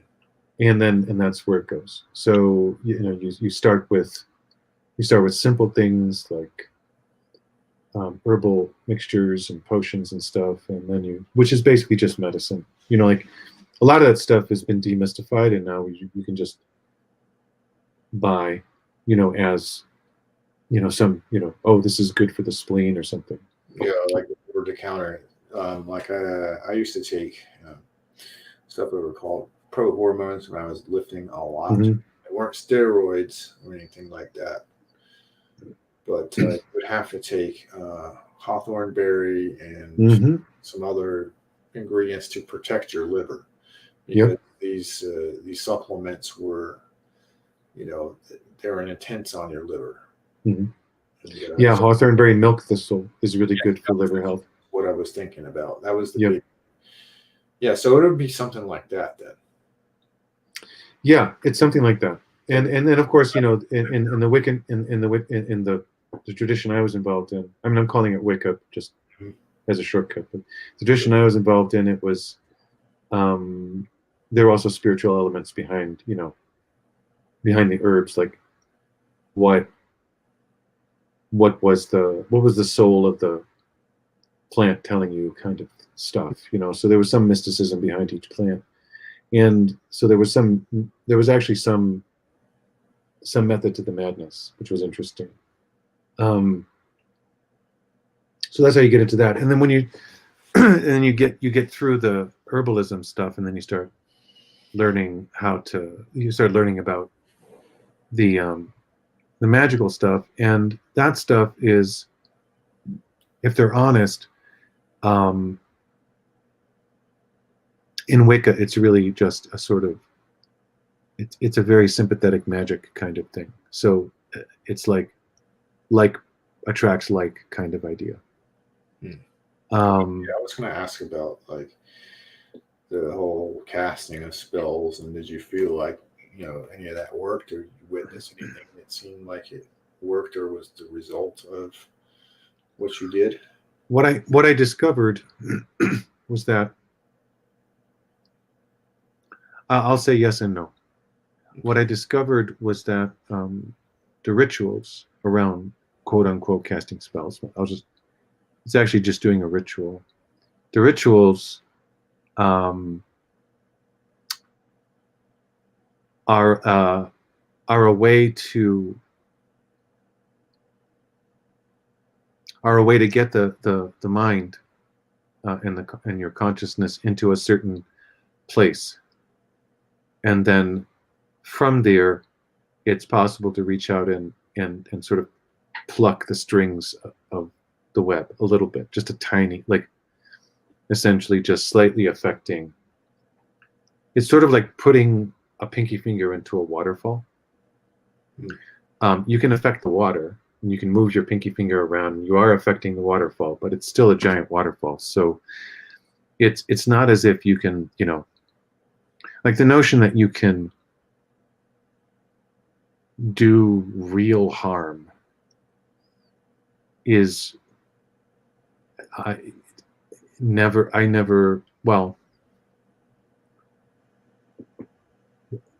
I will say that most people probably could never get into a place where they could do any real harm or any real good. Because what I discovered as I learned this stuff was that it wasn't about the ritual. The ritual is just a way to get your mind in a place, to get your consciousness, mind, and soul into a place where you could sort of use your karma to affect other karma, you know, in an indirect way. And the actual level and amount of that effect was really mediated on how, well, on something I don't quite understand. Like we'll call it an individual's intensity of engagement. Or we can actually call it resonance. Like how resonant is the person with the particular thing that they're trying to do? Well, I will say that it sounds more plausible than some of the things certain people in the manosphere are proposing, things like crystals and sun tanning their asshole. So I gotta bounce. I gotta go back to work. But Alright. thank you guys for having me on panel. And Apocrypha, we should have streams like this in the future too. You and I Sure. yeah, have conversations. And also Rose, Hmm. you should make the order of the Prats, or maybe the Okay. Prat the Prat Society. Oh yeah, maybe in the Francis. future perhaps. We'll see. Okay. See you guys. Have a good one. All right, see ya. So anyway, yeah, so yeah, that's why I said yes and no, because it's when you think, when people talk, when you think about, when most people think about something like a spell, they think about affecting the physical world somehow. And that's not at all what it is. sounds You- like just a psychological thing. Right. It's psychological and spiritual. Like you can affect, we'll call it, you can affect the immaterial. And whatever that is. And how your ability to affect the immaterial world is related to your intensity of engagement with the immaterial world. And it's also related to your understanding of whatever it is that you're doing on an instinctual level. So it's not as if you can even think your way through it. It's like, if you look at it like this, the only way to get good at hammering nails is by hammering nails. A person who's never been instructed in how to hammer a nail, you could put them in a room and say, hammer 10,000 nails into these pieces of wood. And once they're done, they'll be really good at hammering nails. Because they'll eventually figure it out and their body will learn how to do it. But no amount of talking or instruction or videos is going to teach someone how to hammer nails. They still have to do the work. So it's that aspect of things. Like I could talk about this all day. But but this thing, the affecting of the immaterial world, is so much more about learning how to hammer a nail than it is discussing it, that it's difficult to relate in terms that people will understand. Because how do you describe hammering a nail properly to someone who's never done it? So it's the only way to do it is to do it, you know, and maybe you'll never figure it out. Who knows? Because it's not like you have the same kind of feedback you do when you're hammering nails. You can just look at it and see if the nail's going in, right? But with this stuff, it's so all over the place that most people would never be able to get a foothold. So that's why I always tell people, no, this stuff is real. I don't exactly know. I can't tell you what it is exactly, but I can tell you that it's dangerous for you to intentionally go there. Because you might make you could do something that will fuck yourself over, and usually it manifests as some kind of psychological break. So anybody who wants to do this kind of thing, feel free. Just be aware that, baby steps. Like they said in context, small moves, Ellie. Because there is something there. There really is. And I don't. I understand it well enough to tell you that it's possible to get good at hammering nails, but describing how to do it is beyond me. But I can tell you about my experiences and stuff, if that's something people want to hear about.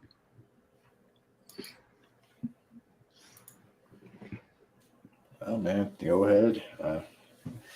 You had. Wait a minute. Actually, okay. You told us one ghost story. Yes, one. I didn't tell you any other stories. I was thinking because did you have anything else? Like, did you start off with like the best one, or do you have something better than the first one you told? Well, do you want me to go backwards in time from that point, or forwards in time? Yeah, whichever. It doesn't matter. Like when I was a baby, or when. Point in time doesn't matter, but is it a better story or a similar story, or does any of them tie together? Also a question. Yeah. Well, okay, so yeah, I can go with this one. So the story I told ties to a story I only found out later in life, ties to a story I can tell about when I was so young I can barely remember. It's my earliest, well, one of my earliest clear memories. My earliest clear memory is being in a stroller and being looked down on by my mother, and her like doing something with my clothing. But this is close. This is soon after that. I remember, how old school parents, they believed in letting you cry it out, right? Like if you're a baby and you're crying and they want to teach you, like if you're older than 6 months or something, like older than a year old, and you're crying, their philosophy was let the kid cry it out. Don't reward them for crying, right? So I experienced that, and I think I was probably about 2 years old, and I remember being alone in a darkened room, crying and crying and crying, and I was crying for what seemed like forever. I was afraid, but I didn't know what I was afraid of. And I was crying for a very long time, and I felt completely abandoned and alone. And then near the end, like when I was about to be finished, when I was about to not be able to cry anymore, I felt something that I can only describe as sort of feeling like I was being enclosed inside of a mountain, but not in a bad way. It was just the size of whatever it was that was coming over me. It was just enormous. And I felt more than heard, you're safe now. Like a feeling of you're safe, like the feeling that maybe, if you're in a dangerous spot and your best buddy or your brother goes over to you and puts his hand on your shoulder and looks you in the eye, and you know that he's backing you up and you feel better. It's that kind of feeling.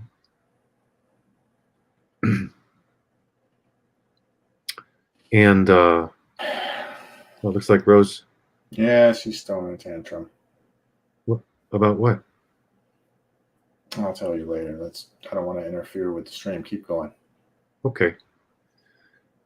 So yeah, so that's my earliest. That's the earliest memory I have of anything that you could call woo, and it's like basically my second earliest memory at all.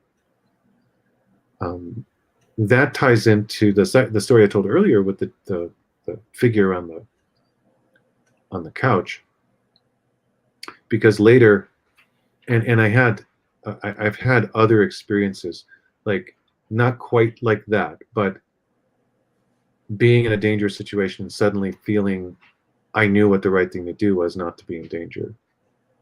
And it wasn't like I knew, it was like, do this.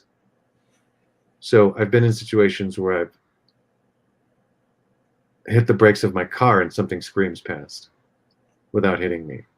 Or in one occasion when I was walking, I was down a trail on a hillside, and the trail gave way and I started sliding down the hillside, basically to my death, because it was an incline with a sheer drop down about 100 feet.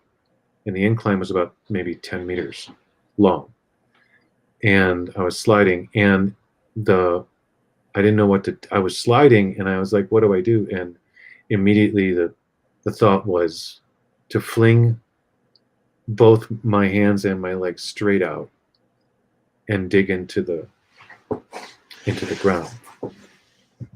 And I did that, and it stopped me about 3 feet from the edge. And I've had other experiences like this. I will say, one of the things that I've noticed throughout my life is that I've never had a ghostly experience. And I have, in fact, gone on numerous ghost tours. And every single time nothing happened, like literally just absolutely nothing happens. And the tour guide ends up apologizing to the tour. And I thought, okay, is this just what happens on these tours? Is this just all bullshit? But so I kept going on tours, and I started asking the patrons about it. And some of them had been on these tours before, and they'd always something had happened that was crazy. And this time nothing. So you'd think that's a little curious, right? There's another interesting thing. I've always felt very, very safe and comfortable in a graveyard. That is very strange, because I don't. Yeah. It is strange. I could never understand it. When I remember being in high school, there was a graveyard, a big, huge graveyard, not too far from where my high school was. And there was a whole a dare you to go in the graveyard thing at night thing. Mm-hmm. And I was like, sure. And I just went right in and started walking. And just walked, well, lay down on someone's grave. I'm like, okay. And I just walked over and laid down on someone's grave. I was like, this is nice. And it was just like, I've never been, it's always been the opposite of what most people feel around death. Which is interesting. And it's not as if I have a fascination with it. I don't.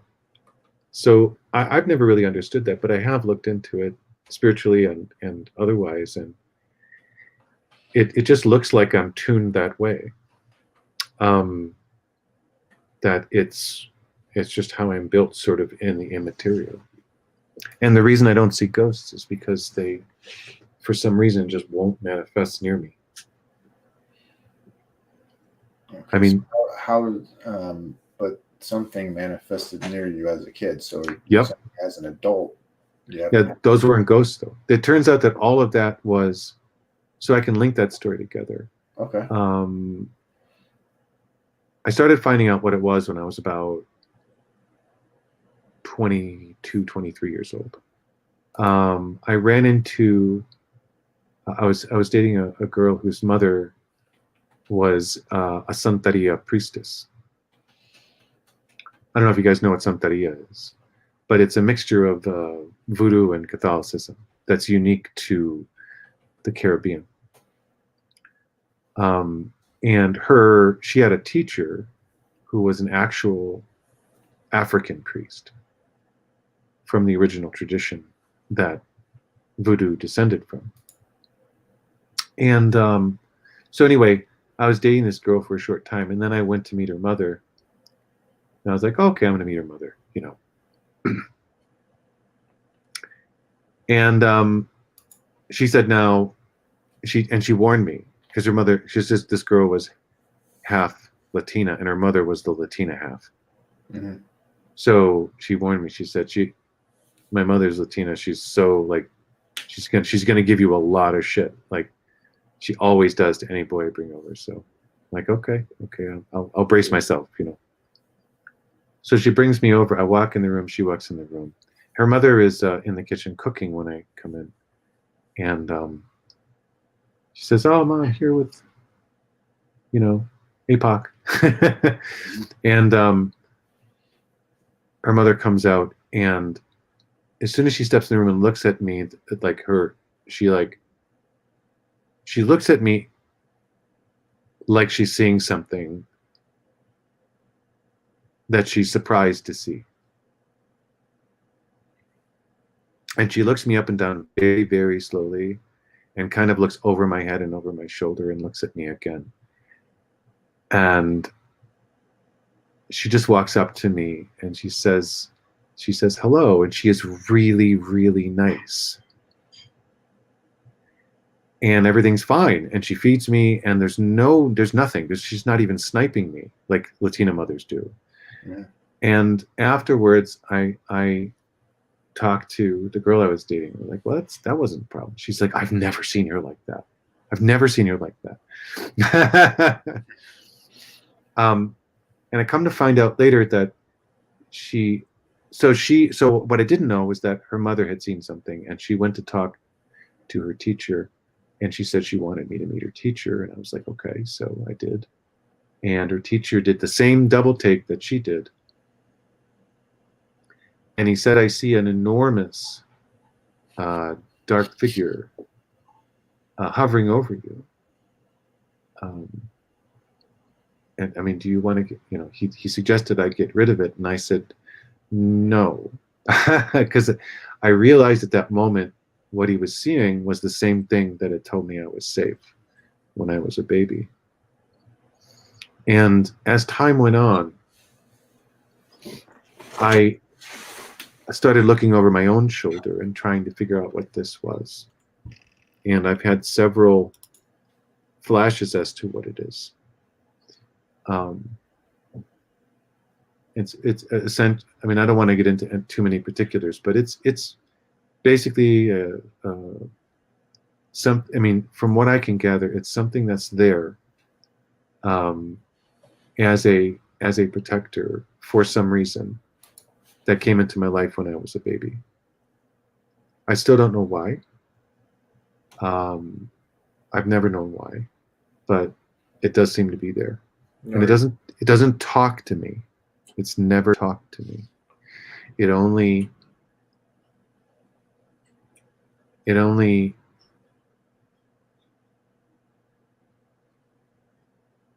I just know it's, you know what I mean?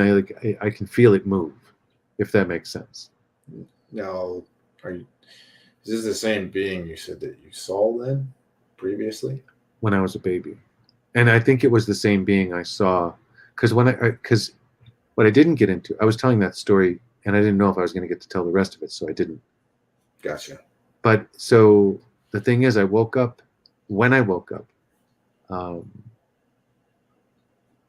the sense of foreboding I felt wasn't coming from the creature that was on the couch. It was coming from somewhere else. But I was a child, so I panicked and freaked out. Gotcha. Where else it was coming from. Yes. I mean, I had yet to really do anything at that point except for touch all of that with meditation and contemplation. So I don't have the kind of story that Jaguar had with all of the detail. I've never been talked to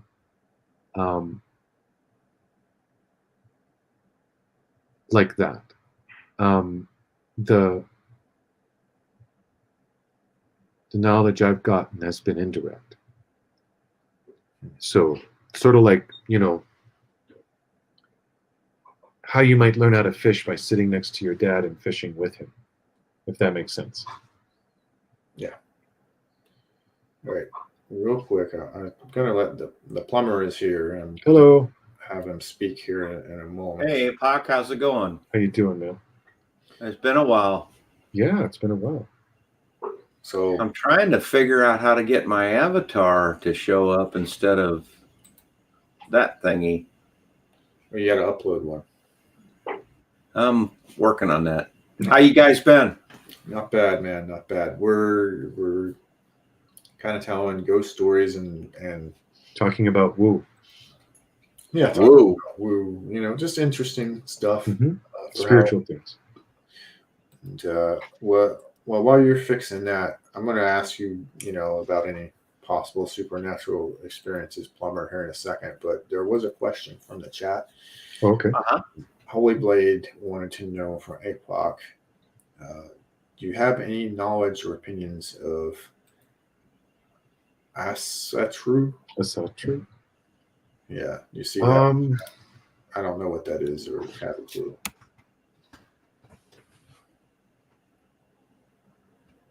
it's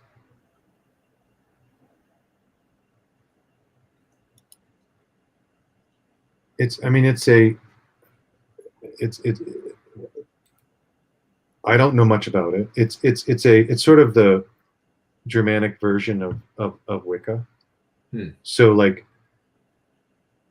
Wicca is actually neo-paganism. It's not actually what the pagans were actually doing, because that was all. There is some that's been preserved, but it's sort of been rebuilt over time in a way, from texts and other traditions.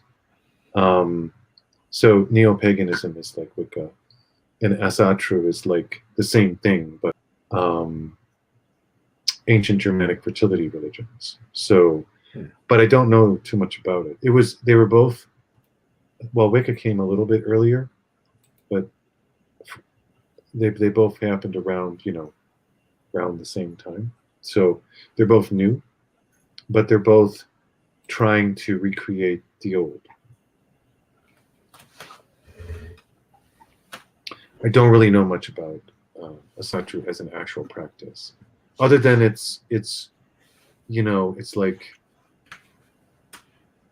it's very similar to Wicca in terms of its festivals and other things. Well, I mean, all those faiths were connected at some point in the distant past, so it's unsurprising that it would be similar to Wicca and to the Celtic practices, because that's all kind of one big family tree going back a ways. So, but I don't really know too much about it. I don't have any experience with it. Yeah. So plumber. Yeah. You got any interesting like supernatural type of stories and experiences? I've got a lot of them. Really? That's interesting. Mr. Yeah. Catholic man has a lot of ghost stories. oh, dude, Catholics have ghost stories out there. Are you kidding me? Well, most of my stories are long before I was ever Catholic. I see. I'd always assume, I know you might have said this earlier, but I always assumed you were like more and more. But I think of it, you did mention that you had converted or became one at some point. Yeah, I was raised in the Protestant religion, and I married a Catholic, to which I said I wanted my children to be raised in a parochial school because I knew I wouldn't be strong enough in my faith or knowledgeable enough in my faith to teach my children my faith. So I wanted them to get some kind of a Catholic education. And then when they were old enough to understand, I would articulate my differences to them and let them choose themselves. Kind of funny.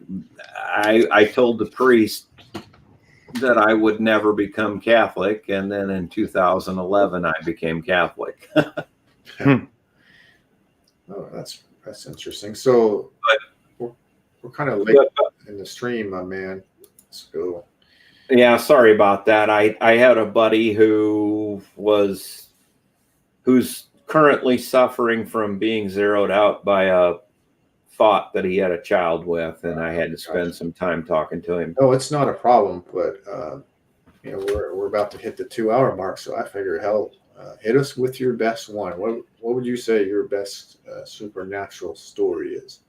Oh, well, I think I can boil this down pretty quickly. 3 times during my life, I have come in contact with a person, could be somebody I've known for many years or somebody I'm a retired police officer that I just arrested. And being around those 3 people 3 different times, the evil, I could feel the evil in them, and it was so strong. I had to do everything I could to get away from them as quickly as possible. It was just something in me. And within 24 hours, come to find out, they died from a violent death. And as a police officer,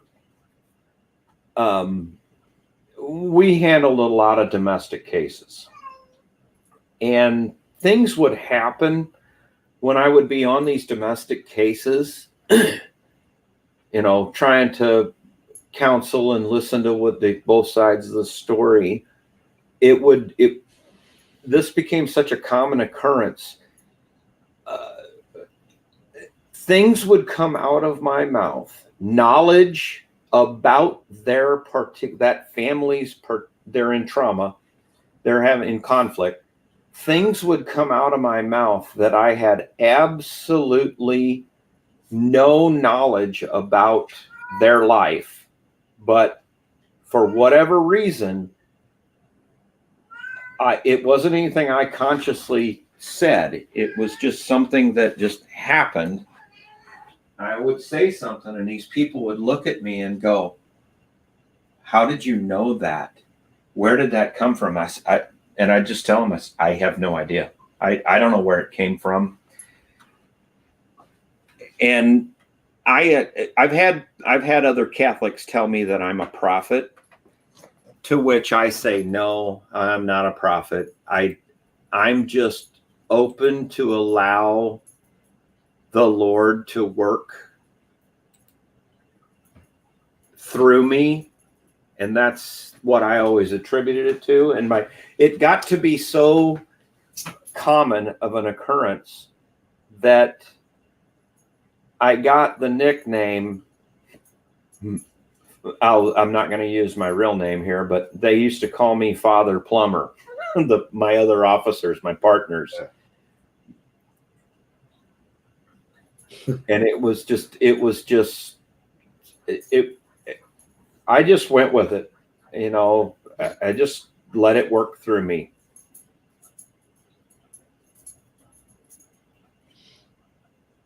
Okay. How about any like ghosts or any I don't really believe in ghosts. I think ghosts are demonic, and I think you should probably avoid ghosts at all costs because they're not really ghosts. It's demonic in nature. I had a feeling like you would say that too, because we were talking to APOC, and he mentioned that belief. Well, actually, there's I never got the chance. The reason I was talking about the Egyptian concept of the soul is because there's actually an ancient Christian mystical concept that explains ghosts. there used to be a more complicated, well, there is a more complicated version of what the soul is in old theology. Anyway, without getting into all that stuff, just as a side point, the notion is that it's when you see a ghost, you're seeing the ka, which is essentially it's not the person. The person is encapsulated in the sa. That's the spiritual body. That's what would normally be thought of by the Christian faith as the soul. The sa moves on after death. But the ka is kind of like the impression of your life on your body that dissipates when you die. So if you think about it, one of the most common things people talk about with ghost stories is how ghosts repeat the same things over and over again. Well, there's different types of hauntings. So Mhm. there's that what you just described, where it's like an imprint and it just Mhm. goes about its pattern. Mhm. But there are other types. But There are. I don't want to interrupt. There are. And so this is just a way to think about it, to give you a tool to know what the difference is, that they're probably not both the same thing. Mm-hmm. Like what is it? Plumber, you remember the story from when we were kids called Bloody Mary? Yeah. So that would be an example of an actual ka, like a ghost, which is essentially just the embodiment of the final moments of the life of an individual. Now that person's already gone, Mm-hmm. but the vital essence, the sort of imprint of that person on the universe, for some reason is remaining behind and is around for a while. And so they'll respond to particular triggers or they'll repeat certain things. Right. And they're not, I mean, I wouldn't say that they're demonic. I would say they're just sort of like, they're after effects of a life. But So they're not, you wouldn't refer to them as maybe a possession then? no. Okay. No, there's a different, because those are actual, and the phenomenon you can differentiate. So you can say, well, is this entity repeating things over and over again? Does it seem like does it seem like you're talking to like Kind of like a NPC would be. yeah, like an NPC, right? Exactly. They're just repeating that same behavior. Yeah, that's a great way to put it. So yeah, a ghost is like a scripted NPC version of you that hangs out after you die. Now you're still gone, but the sort of imprint of your, well, you'd say in Buddhism, the imprint of your karma,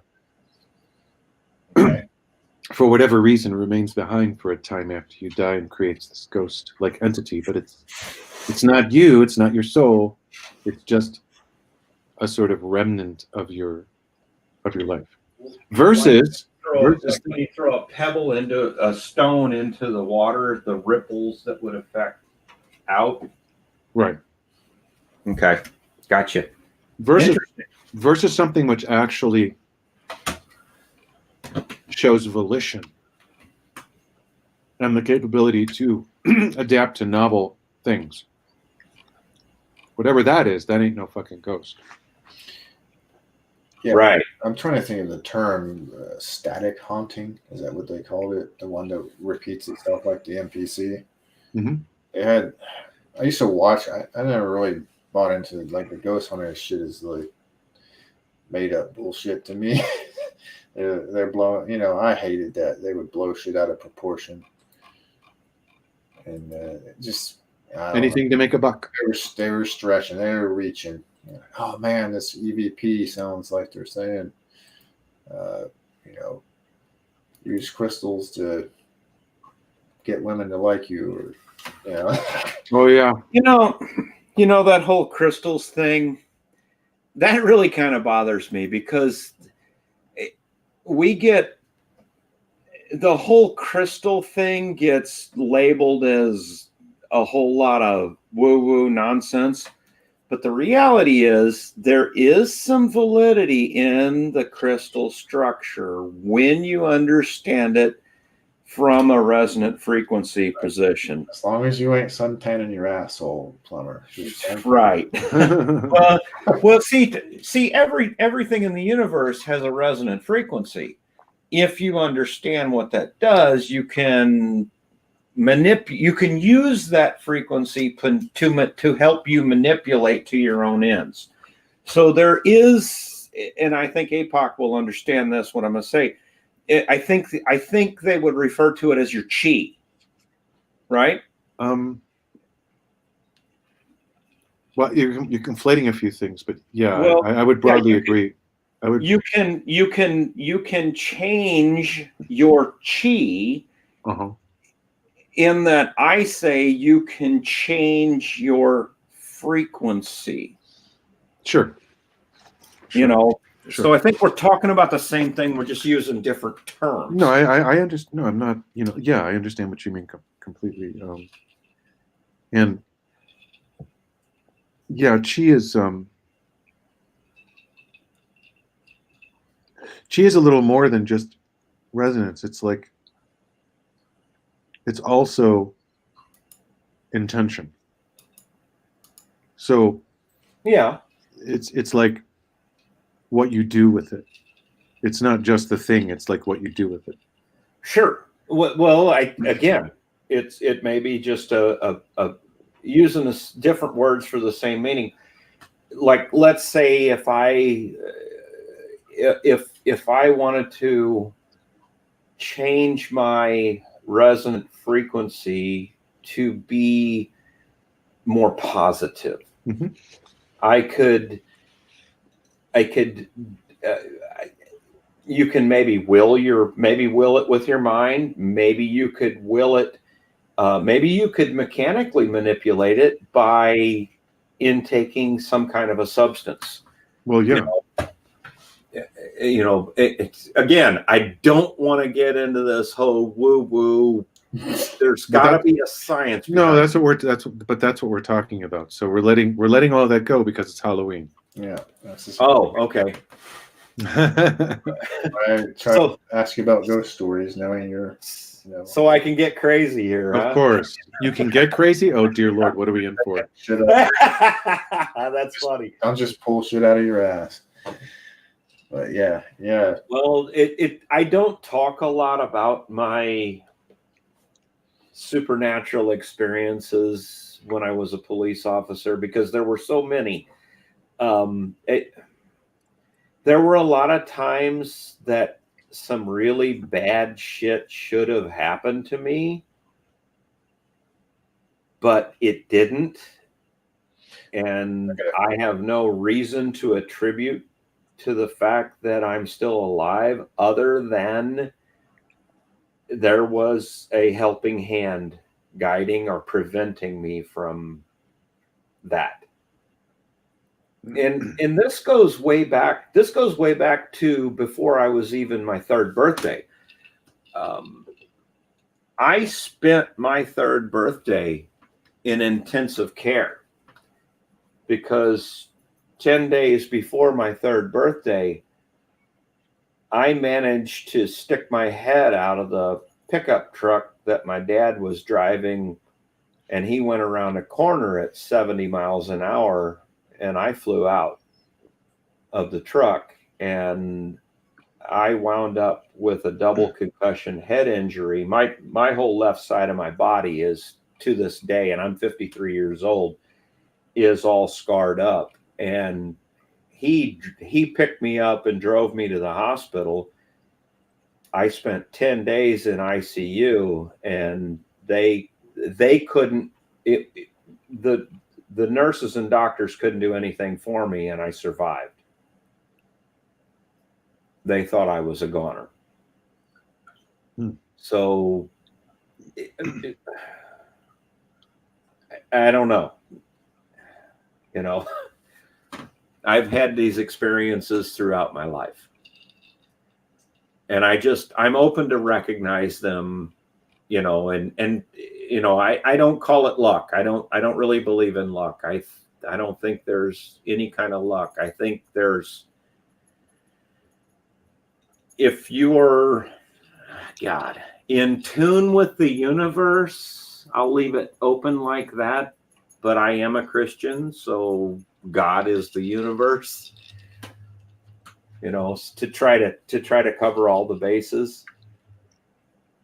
But I've had many, many occasions in my life that should not have worked out to the positive for me, but they did.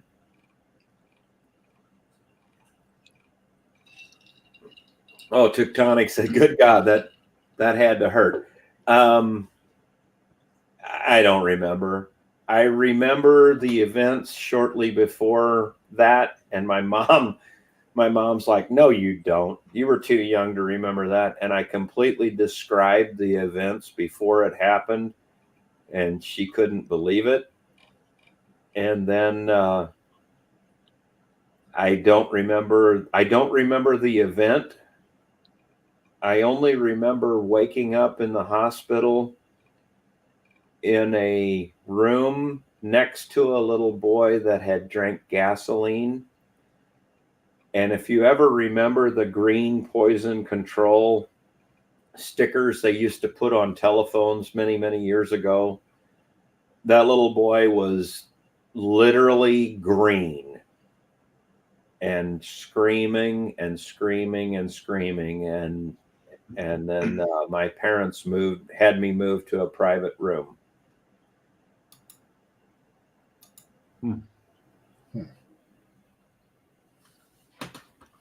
I don't know if I'm explaining it in detail enough, but no, I don't remember the actual pain. But to this day, I can show you remnants of scars down the entire left side of my body.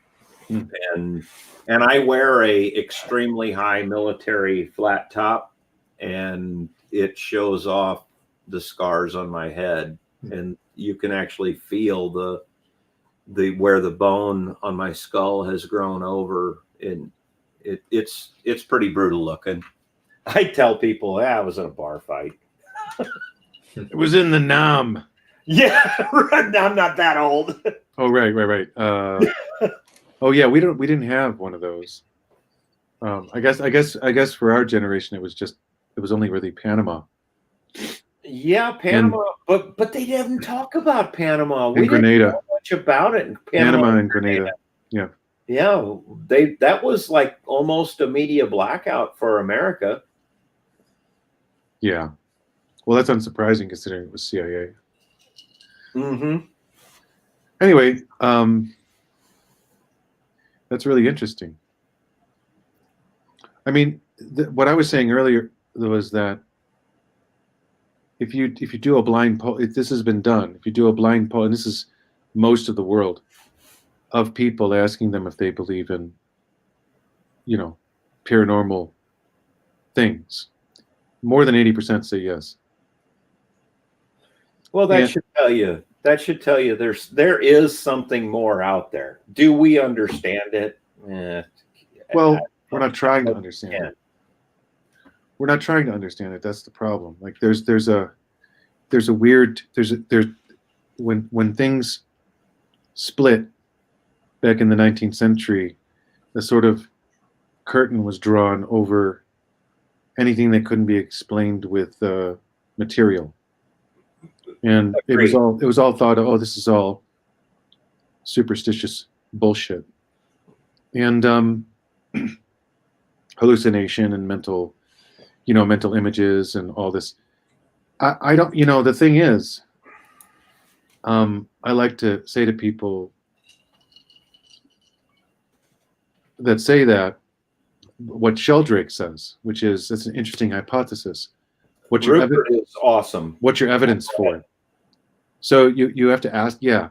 So the point is, it's an evidence-free non-explanation. The real answer is we don't know. They're assuming that it's hallucination and mental images and all of this, but there's no. You can't say because people see things that aren't there due to hallucination. Well, you just anything. talked about reminded me. I've got a ghost story for you. I really do. So go ahead, and then I'll tell you that. I was just going to say you can't say, oh, people experience hallucinations, therefore everything that we can't explain that people see must be a hallucination. That's not tenable. It's not. That's not even a proposition that fits within a real inquiry. You have to test things, and people say psychic phenomena has been disproven. No, it hasn't.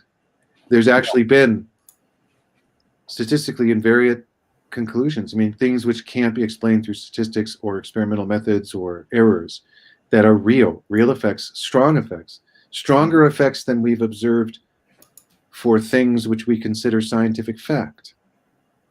So it's other things that we consider scientific fact. So it's the and Sheldrake did a bunch of this work which was challenged and he rebutted, and there was never any. It basically just went the way of the dodo. Nobody ever responded after he rebutted. Because it doesn't fit their narrative. Precisely, and that's what I'm saying. Back in the 19th century, this giant curtain was drawn,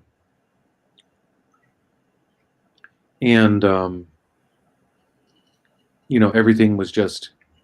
All of that is just nonsense. Right, because and here's the problem: you can't empirically prove it, because every bit of evidence to the contrary is all anecdotal, and they all write it off. So, are you familiar with the term old hag syndrome? Vaguely, but please enlighten me. Okay,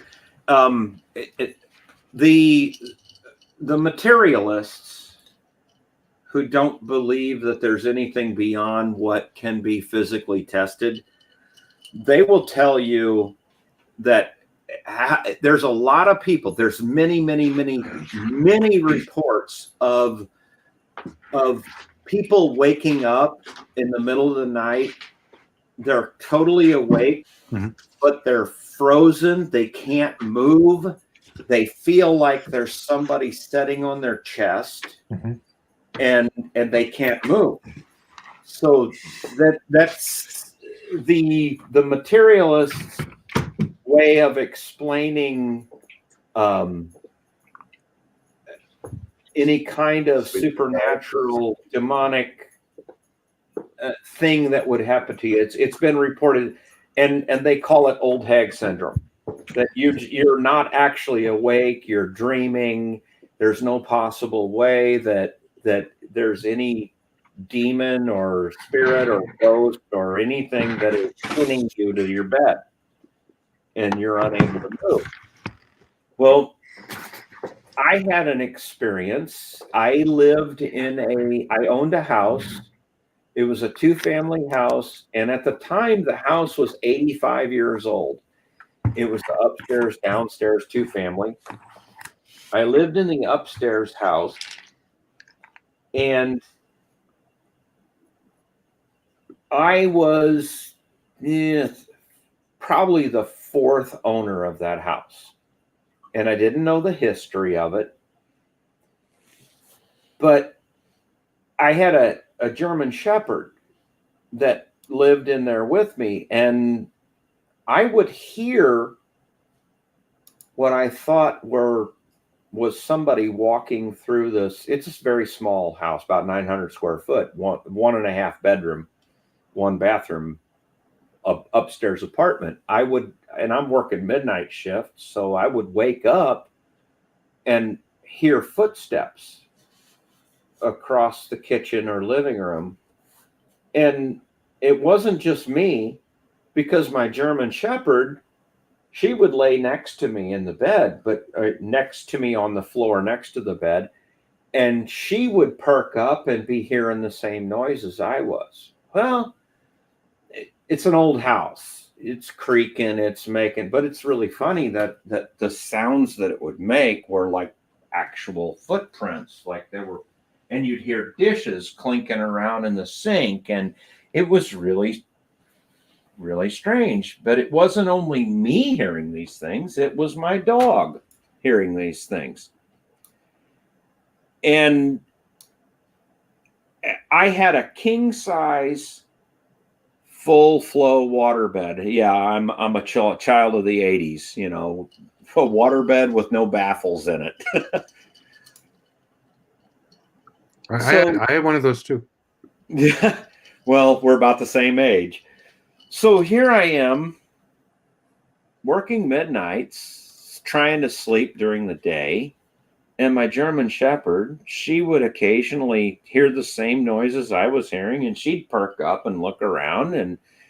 And one day, one morning, I woke up feeling like somebody was sitting on my chest, pushing me down. I was wide awake. I could not move. And an atheist materialist told me, oh, that's just old hag syndrome. That happens all the time. And I said, explain this to me and you'll understand this since you had a full flow waterbed.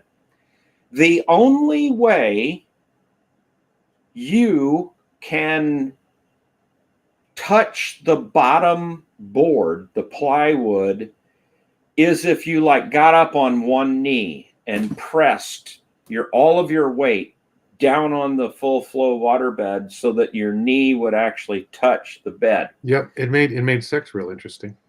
Yeah, there was quite a wave. You ride the wave in. Yep. Well, anyway, not to get off the topic. Here I am on my back, fully awake, unable to move, and my shoulders were pinned to the bottom of the waterbed, the board on the bottom of the waterbed.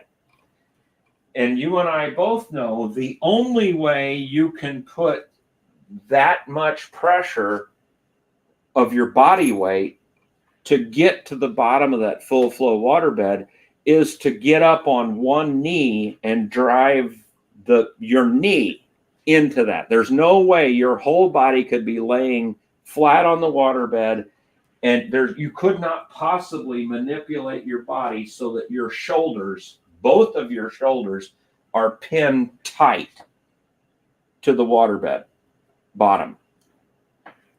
And I had that happen to me. Yeah, that's highly unlikely. I mean, it doesn't even happen when you like roll over and with your elbow. No. Yeah, you literally you have to I could only do it with my knee. Like you said, an elbow, you couldn't drive it in deep enough to get to the bottom of the waterbed. Yep. And both of my shoulders were pinned tight. So I'm sorry, the materialists pawning it off as old hag syndrome, that doesn't wash with me, but I can't prove it because it's all anecdotal. It's a single experience. But in my heart of hearts, I know there's something more that the materialists cannot explain. Mm-hmm. Well, what it is, I don't know. Yeah, it's the funny thing. I mean, we use the word materialist, but I don't even. What we really mean is that there's a particular way of thinking, which is only things which we know how to measure actually exist. And the model we have of the human experience is so accurate that anything that contradicts it must be bullshit. So, which is really quite, I mean, to me, it's incredibly arrogant. I just, earlier on, I sent a link to to everyone. You can probably look in the private chat and see it. But there's a Popular Mechanics article that came out recently that is basically saying that there's a professor of molecular biology at the University of Surrey who is actually coming out and saying that consciousness is somehow electric or electromagnetic in origin, not just I in. agree with that. Yeah. Now, this goes against everything that neuroscience and biology believe, but this guy has the receipts. And this kind of thing is, it's the difference between, I don't even know how to put this, but just because only people can see, what is a person in a scientific sense? A person is a measuring device. When a person is a measuring device, a person that has perceptions. Well, he has his 5 senses, and each one of his senses can detect energy or resistance, well, within a range. I'll agree with that. And it's not just I mean, there's a lot we don't understand. Right. Like I can tell you that my 5 senses aren't the only way I get information from the world. I don't know exactly how to describe the other ways, but They call that the sixth sense. that's what it's called. Right. But what is it? Well, it starts to become a little more clear when people start saying the consciousness is electromagnetic or electric. Mm-hmm. I mean, essentially,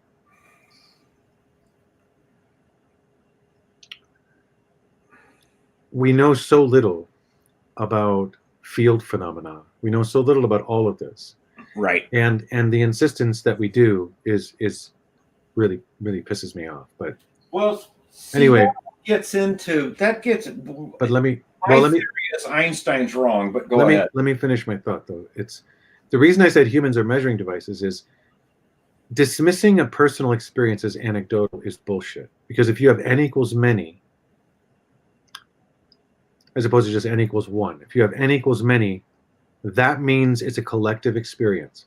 It doesn't mean that you know what it is, what its origin is, or what the how to explain it. But it's evidence because these people have measured it by experiencing it, and they're telling you in words what that measurement is. Well, that's why Eastern medicine is so valuable, but go ahead. So that's why I'm trying to say I'm not convinced at all by someone saying that's anecdotal. Like, really? So where did every single scientific theory come from?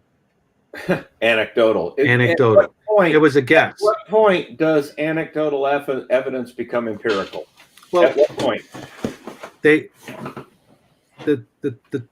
Yeah, I mean, there are obviously ways in which we apprehend information that work better than others. Mm-hmm. The problem isn't that. The problem is saying that's the only way. The problem is making it into a dogma. The problem is saying this is it. Well, then it's religion. Yeah, and that's what I'm saying. That's why I said, because back in the 19th century, science, the men who were pursuing the scientific method philosophically separated themselves from all things that weren't Measurable. in terms of the things they knew how to measure. Right. And I mean, even back then, even in the late 19th century, they believed they understood a lot more than they actually did. Well, I think that maybe that was an infection by postmodernism. No, not in the late 19th century. Late 19th century, late 1800s. Oh, late 1800s. Okay. No. So I guess what I'm just saying is that when we talk about these things, when I talk about my experiences, I'm not saying I know exactly what they are, but I can tell you that there are consistencies. There are things that I know that have happened, that things that I've gotten feedback from other people on, and without their ability to actually know what it was I was trying to do. I've gotten feedback from the real world, and I've gotten feedback from my own senses. So I'm convinced that there's a lot more to all of this than we think. Mm-hmm. Oh, yeah. And I don't proclaim to understand it per se. I'm just using the language that everyone else uses so I can describe my experiences, so that I don't sound too much like a lunatic. Right. Well, that's the only way you can do it. You have to talk to people in the language they understand and draw correlation. That's how we gain more knowledge. And what you said earlier about the Popular Mechanics article that you were referencing, they're talking about an electromagnetic. Mm-hmm. Now, there's more than one type of electricity that we think, oh, there's AC electric and there's DC electric. Well, that's a linear wave electricity.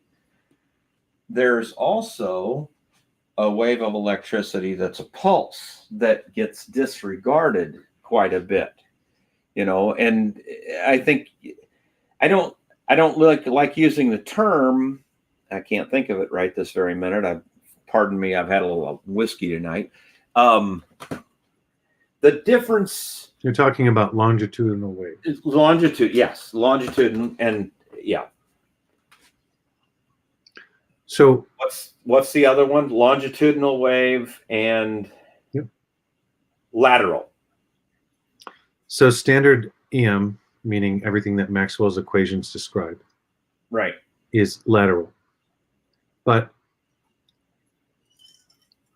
Tesla described longitudinal electrical connectivity. He didn't call it a wave. No, it's a pulse. He didn't call it. He was pretty cagey about it. And people have been sort of hunting for this secret sauce for a long time. So, but the idea is that somehow there's a way for two bodies to connect electrically near instantaneously over a distance using something called a longitudinal wave. 2.5 times the speed of light. I don't think that's. I think that's just like. I think that's just a flavor. Measured effects have been what they're measuring is about 2.5 times. A sine wave electricity travels at 90% of the speed of light, but longitudinal wave travels at 2.5 times. I know what you're referring to, but I don't think they knew what they were measuring. What I'm saying is near instantaneous. So you mean like it'll cross the universe immediately? Not immediately, but nearly immediately. Nearly immediately. Gotcha.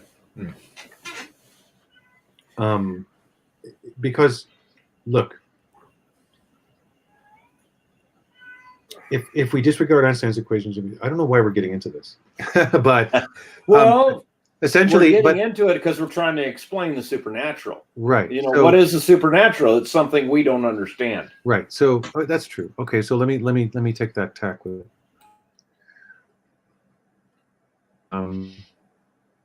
Einstein's theory of general relativity, the way he solved it, because he never resolved the actual field equations, because you can't, because they're totally nonlinear. So Rose and a few other people went about trying to solve them, and they did a few things that even Einstein said probably weren't legitimate moves in order to simplify the equation to be solved. Anyway, this is how we got out of the problem that using the straight up field equations and looking at our solar system, it can't happen. With just gravity, the whole solar system should just fly apart.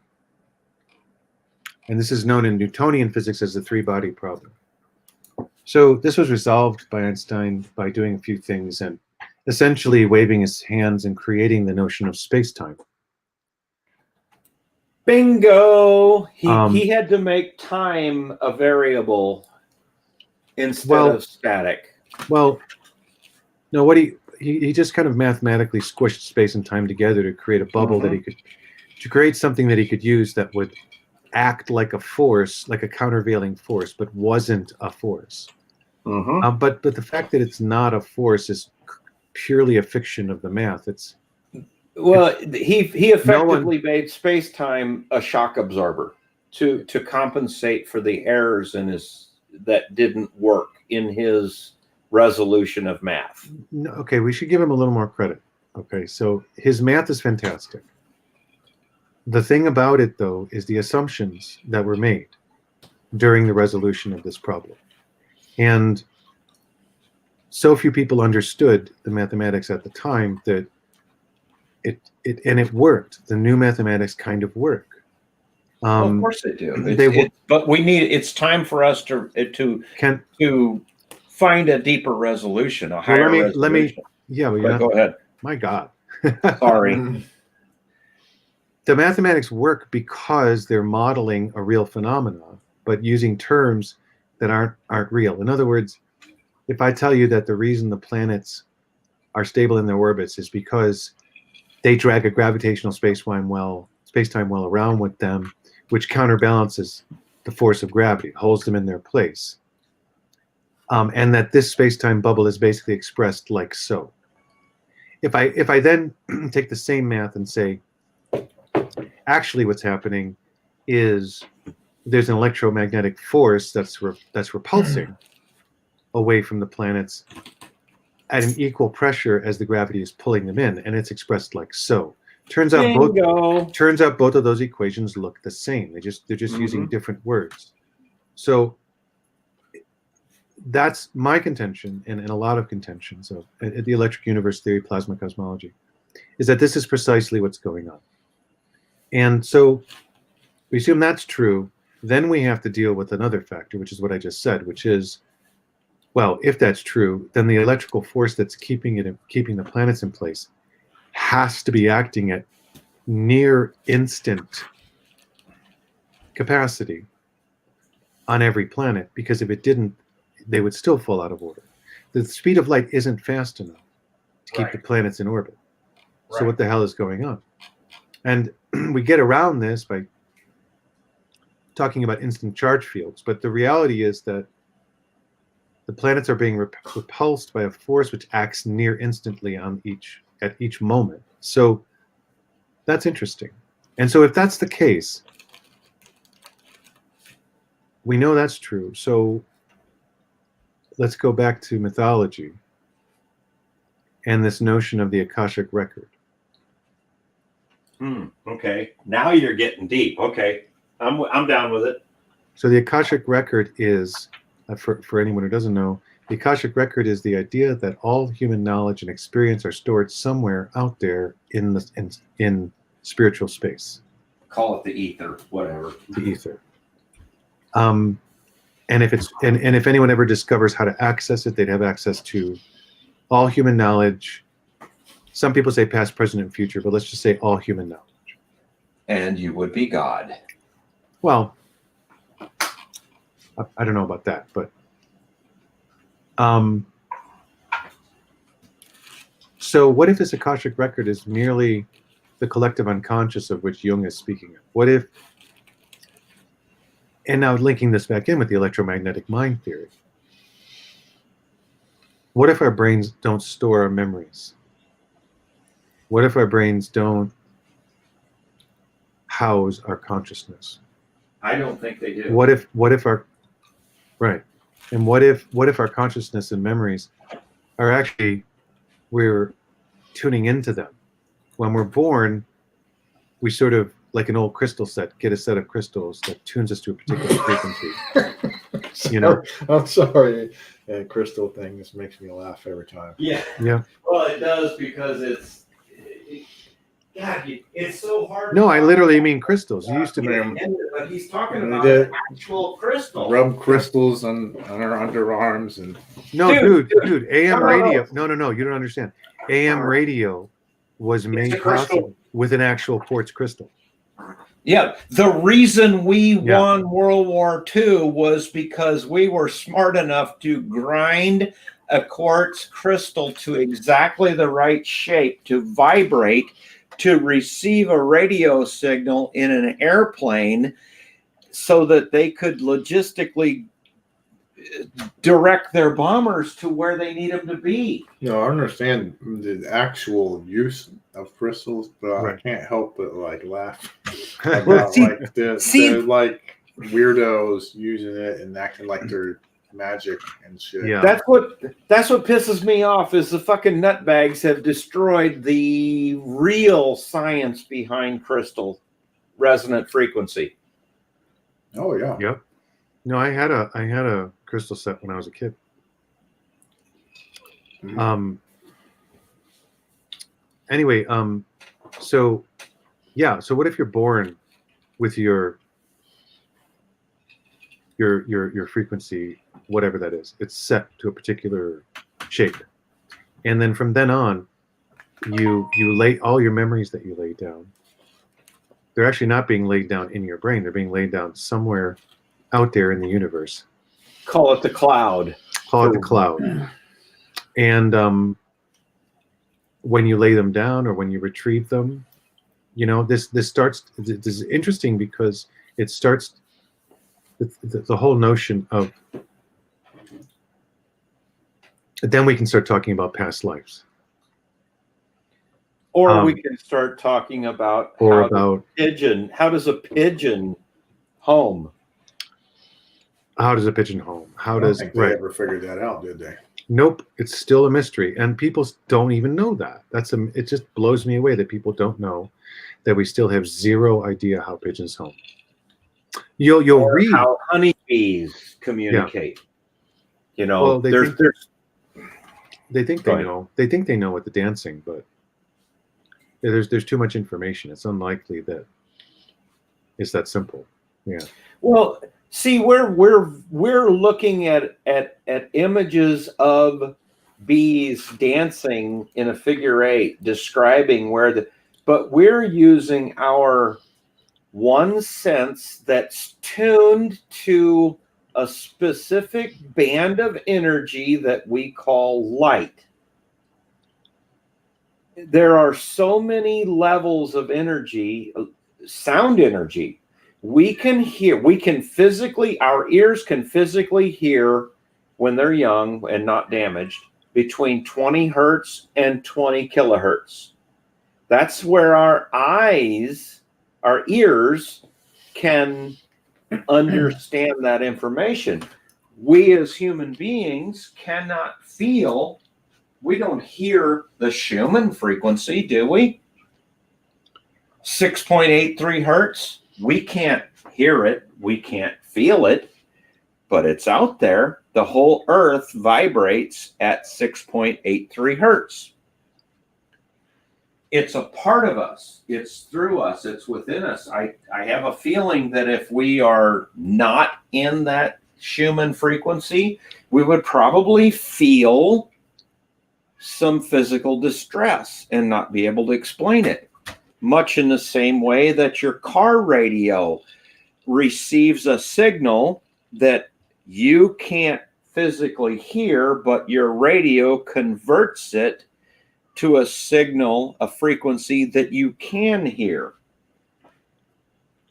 Much in the way that a microwave vibrates water to heat water up, to heat your food. You see what I'm getting at? It's all energy at a different frequency. Could the spiritual or supernatural energy that it's Halloween, could that possibly be just energy at a different frequency manifesting itself? Well, what I think, I could tell you what I think it is.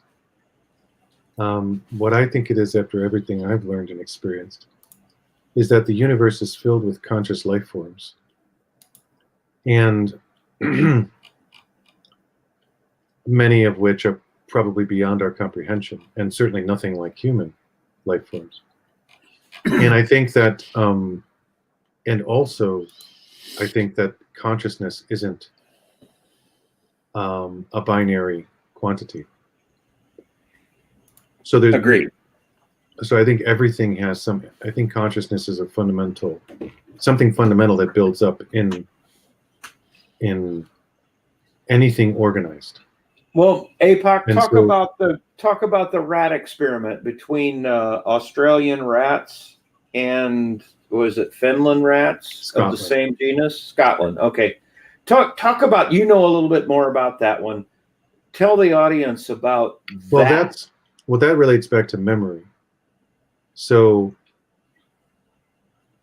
it was done some time ago in the 50s. They were trying to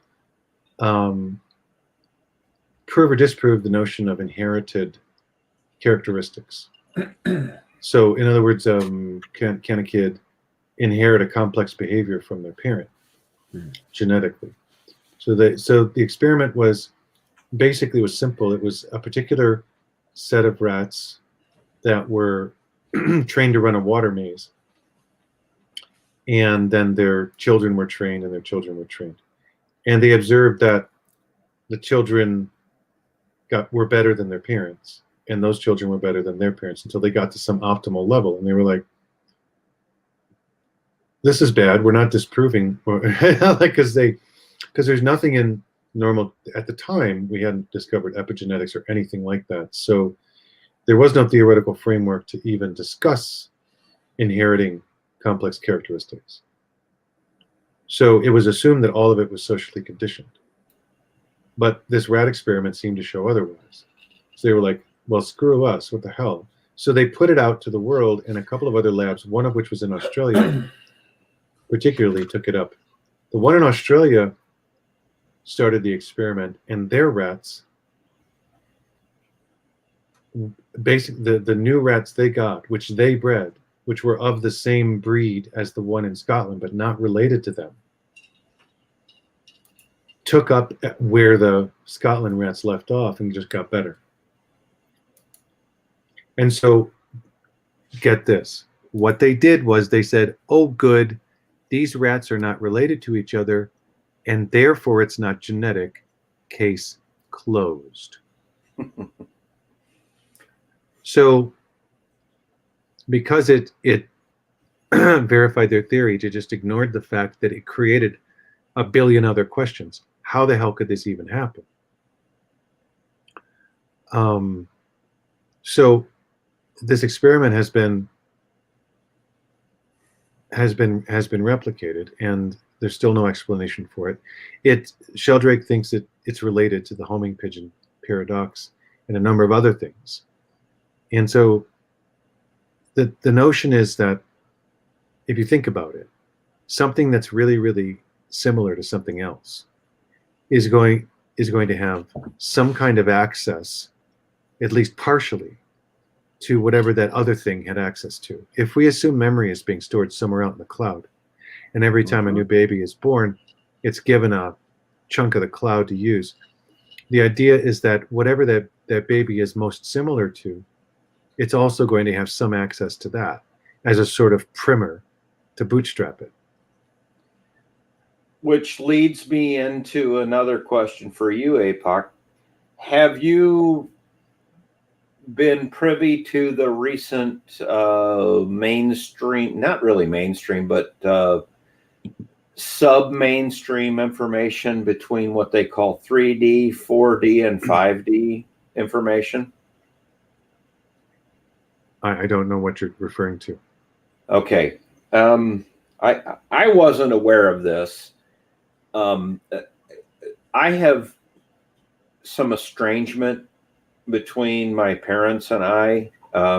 They don't understand me, but I had a recent contact with them, and my mom has been delving into the QAnon and all of that. Okay. Yeah. That stuff.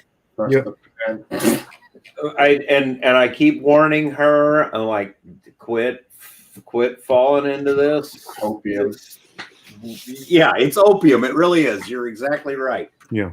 You know, that Trump's going to save the world, you know, and he's going to fix our money system, and he's going to do this and do that. Well, part of this whole QAnon, there's a subset of QAnon that they're calling 3D, 4D, and 5D consciousness. That there is the vast majority of us in the world operate in a 3-dimensional XYZ axis. But there are, and I hate to use this because I don't really believe in them, that there are aliens among us that are teaching us further knowledge. Well, that's straight out of the coast to coast I am right there. Yeah, we're getting right there. You know, we're my Father Malachi Martin stuff here. I should try He start didn't really doing talk my about aliens. He talked about demonic possessions and Right. Well, start doing my Art Bell impersonation. Jesuits. are we Yes. are we talking about the same thing with different terms? Maybe. I don't know. It all has to tie together somehow. What we're talking about. Well, you know, look. The thing about it is that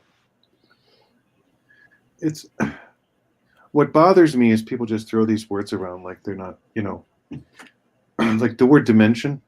I was talking about it earlier. Mhm. The word dimension, all it means is degree of freedom. It just means that's how many degrees of freedom you have. So Sure. you can have there are as many dimensions to a problem as there are variables. So when you talk about X, Y, and Z, the Cartesian coordinate system or the polar coordinate system, which uses a 2-dimensional vector and a quantity, like and an angle. So three things. This basically turns out that, you know, in physical space, mathematically, the way we do math, you represent where something is with 3 numbers, and that's why we call it 3 dimensions. But it's not the physical space that has dimensions. Physical space doesn't have dimensions. Mathematics has dimensions. It's abstract. It's abstract. Physical space just doesn't have 3 dimensions. Right. The 3 dimensions is how we use a language to describe it. Or predict the change. Yeah. So dimensions have nothing to do with reality. Reality doesn't give a fuck about dimensions. Dimensions are just a way for us to apprehend reality in a way where we can understand it better. So we can that's how navigation works. We predict where we are and where we want to go, and it's reliable. Well, it's how I'm making a broader point. Like I've worked with equations with 50 dimensions or more. You have? Wow. Of course, yeah. I mean, I have a math degree after all. So Indeed, sir. But that just sounds extremely complicated to me. it is and it isn't. I mean, it's part of. So are you delving into the infinite universe theory? No. Look. Okay. 50 dimensions is just imagine. Do you know algebra a little bit? Roughly. I'm more of a geometry guy, but all it is, all a 50-dimensional equation is a plus b plus c plus d 50 times. That's it. That's all it is.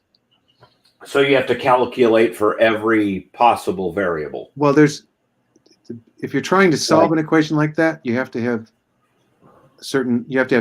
if you want to solve an equation like that, there are ways to do it. And ways to get a solution. But the point is, dimensions are just degrees of freedom. Space doesn't have dimensions.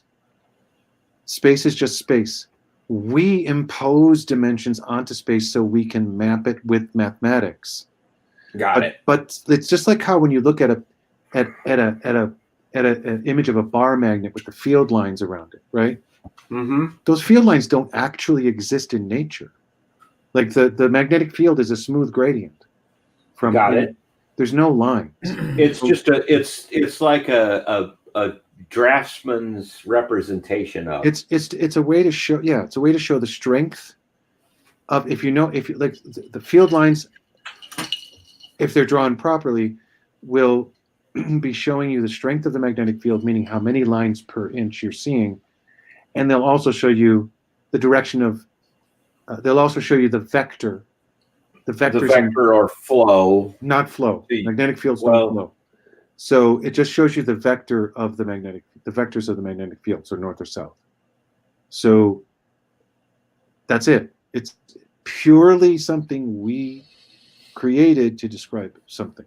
I'm gonna push back Sure. on the flow thing a little bit, because I'm gonna ask you one question. Do magnets lose their magnetivity over time? Permanent magnets do, yeah. Okay, so that would indicate to me that there is a flow of energy. Because how does a battery work? A battery No. The magnetic field isn't flowing. The electrical current creating the magnetic field is flowing. Okay, gotcha. The magnetic field is an adjunct to the electrical field. Well, that then correlates with my theory that gravity is not due to mass, it's due to the amount of electricity or electromagnetivity in a mass. Well, it's not your theory. So that's what, to my mind, that's what gravity is. It's not the bigger object attracts thing. We've talked about this. Yeah, we've talked about this. But I don't want to go down this rabbit hole because it's Halloween and we're talking about all this. Gotcha. Well, I think it all ties together, but we don't need to go down that rabbit hole. Right. So the reason I brought up magnetic fields and all of this is just to point out that when people talk about 3D, 4D, 5D, it's none of that relates to actual. It's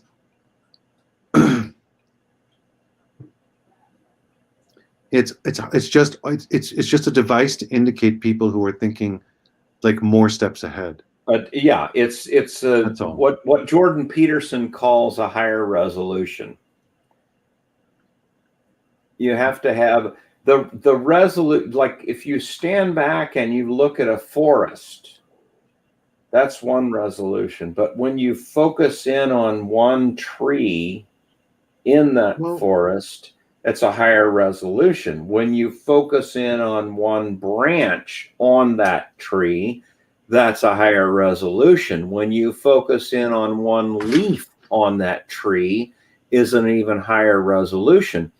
So again, I think there's dimensions of resolution that we have to take into account also. Well, like I said, dimension is just a degree of freedom. That's all it is. The idea that we've been inculcated with this notion that dimensions are physical. They're not. When we say the fourth dimension is time, it's like, ooh, no, it's just another you see what I'm saying? I gotcha. Mathematicians don't give. It's just another degree. You've got time. My personal opinion, where Einstein was wrong, is that his math works when you make time a variable. The faster you go, the slower time happens. I don't know that I agree with that. The math is fine. Reifying the math is a problem. But anyway, which is what I disagree with. That he reified time, which I don't think is a valid move. And that was the move that he made, that I was referring to, that he said might not not actually work in reality. But anyway, he said in his notes, in his letters to Hilbert and Rosen. But anyway, so what we're talking about all this to just say that you would go back to QAnon and 3D, 4D, 5D, and all that stuff.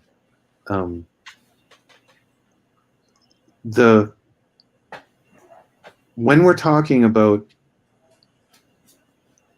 things which we don't have a narrative to use to describe, that we don't have a common narrative that we can use to describe these things, meaning all these paranormal experiences.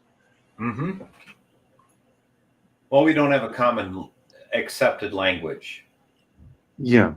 It means that it's very difficult to even begin to conceptualize a way to test it or to look at it or to even acknowledge that it's real.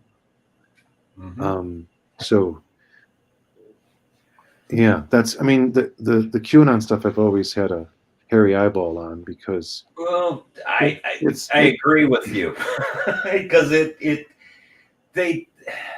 they insert a whole lot of magical, mystical, crystal ideas into that, and then we don't need to do that. It can be explained, but do we have a device capable of measuring it that can translate it into something we understand? Yeah, people. That's what I was trying to say earlier. Like, Right. we don't yet know. Like, there was a time when we weren't able to measure light. All we could do was look at it and see it was brighter or weaker or different colors. Now we have instruments to measure those things and to quantify them. But we didn't always have those instruments. And there are other, and the thing, and what I'm saying is that our personal experiences are much more than just what our physical senses, there's more to experience than that. And Infinitely more. everybody knows that. Everybody knows there's something, they know not what, that is in addition to just what they're experiencing with their bodies every day. And the problem is we don't have any instruments to measure it yet. And so everyone in the scientific realm is just saying it doesn't exist, which Well, see, I disagree with. There's a I think that's total bullshit, and I'll tell you why. Or do you know what an anechoic chamber is? yeah, I used to be yes, I do. Okay. So in 2007, I took a trip to the Klipsch home office, Klipsch stereo speaker home office in Indianapolis, Indiana.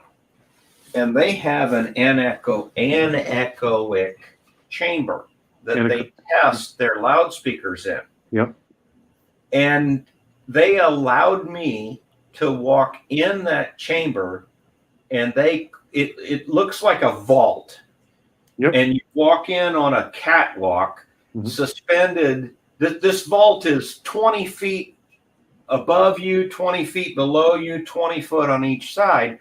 But you walk into this, it looks like a small chamber because they have all of these wire mesh with fiberglass insulation triangles or pyramids pointing at you.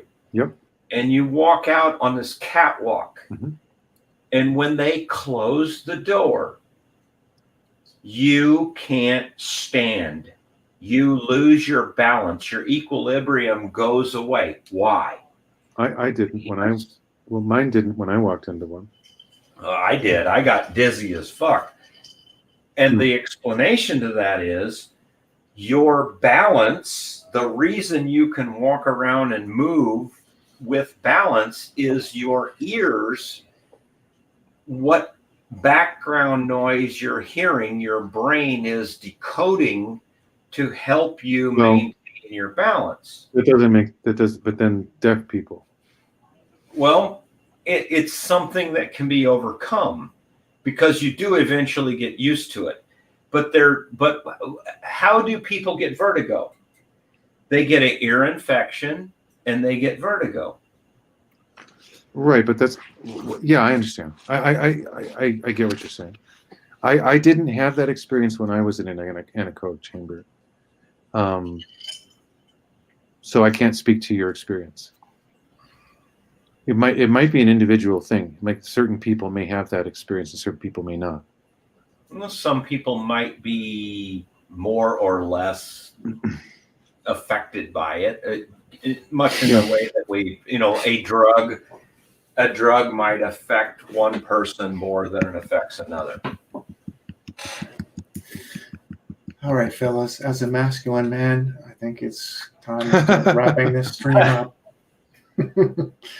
So we've been at it. Well, I enjoyed the time you offered me, so thank you. So, yeah, man, it's been good. It's been an interesting stream. like I said, we're hitting that 3-hour mark. And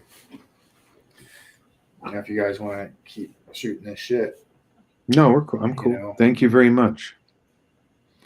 we can go to Discord or whatnot. So Well, I guess my whole thing is we don't need to just either chalk up the supernatural as woo-woo magic or the materialist idea of, there's something more out there. There is something more out there, and I wish we had a way to explore it. I think APOC could agree with that. Yeah, I mean, what I've been saying this whole time is that I know there's something. I have had experiences. I've actually, it's been part of my life path to try and, my whole thing is what the hell is going on. That's basically been my whole life, is what the hell is actually going on. That's why I got interested in science. That's why I got interested in the occult. That's why I started meditating and became a Buddhist. It's all been driven by what is really going on. And I don't really care how I find that out. My concern isn't that, I want to collect knowledge.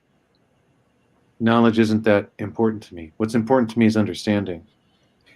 And it's extremely difficult to develop an understanding of this kind of thing because there's so little common language and because we don't have any way to Quantify.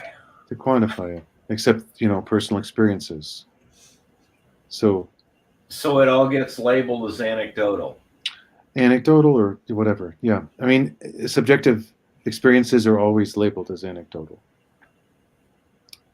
Even if, the funny thing is that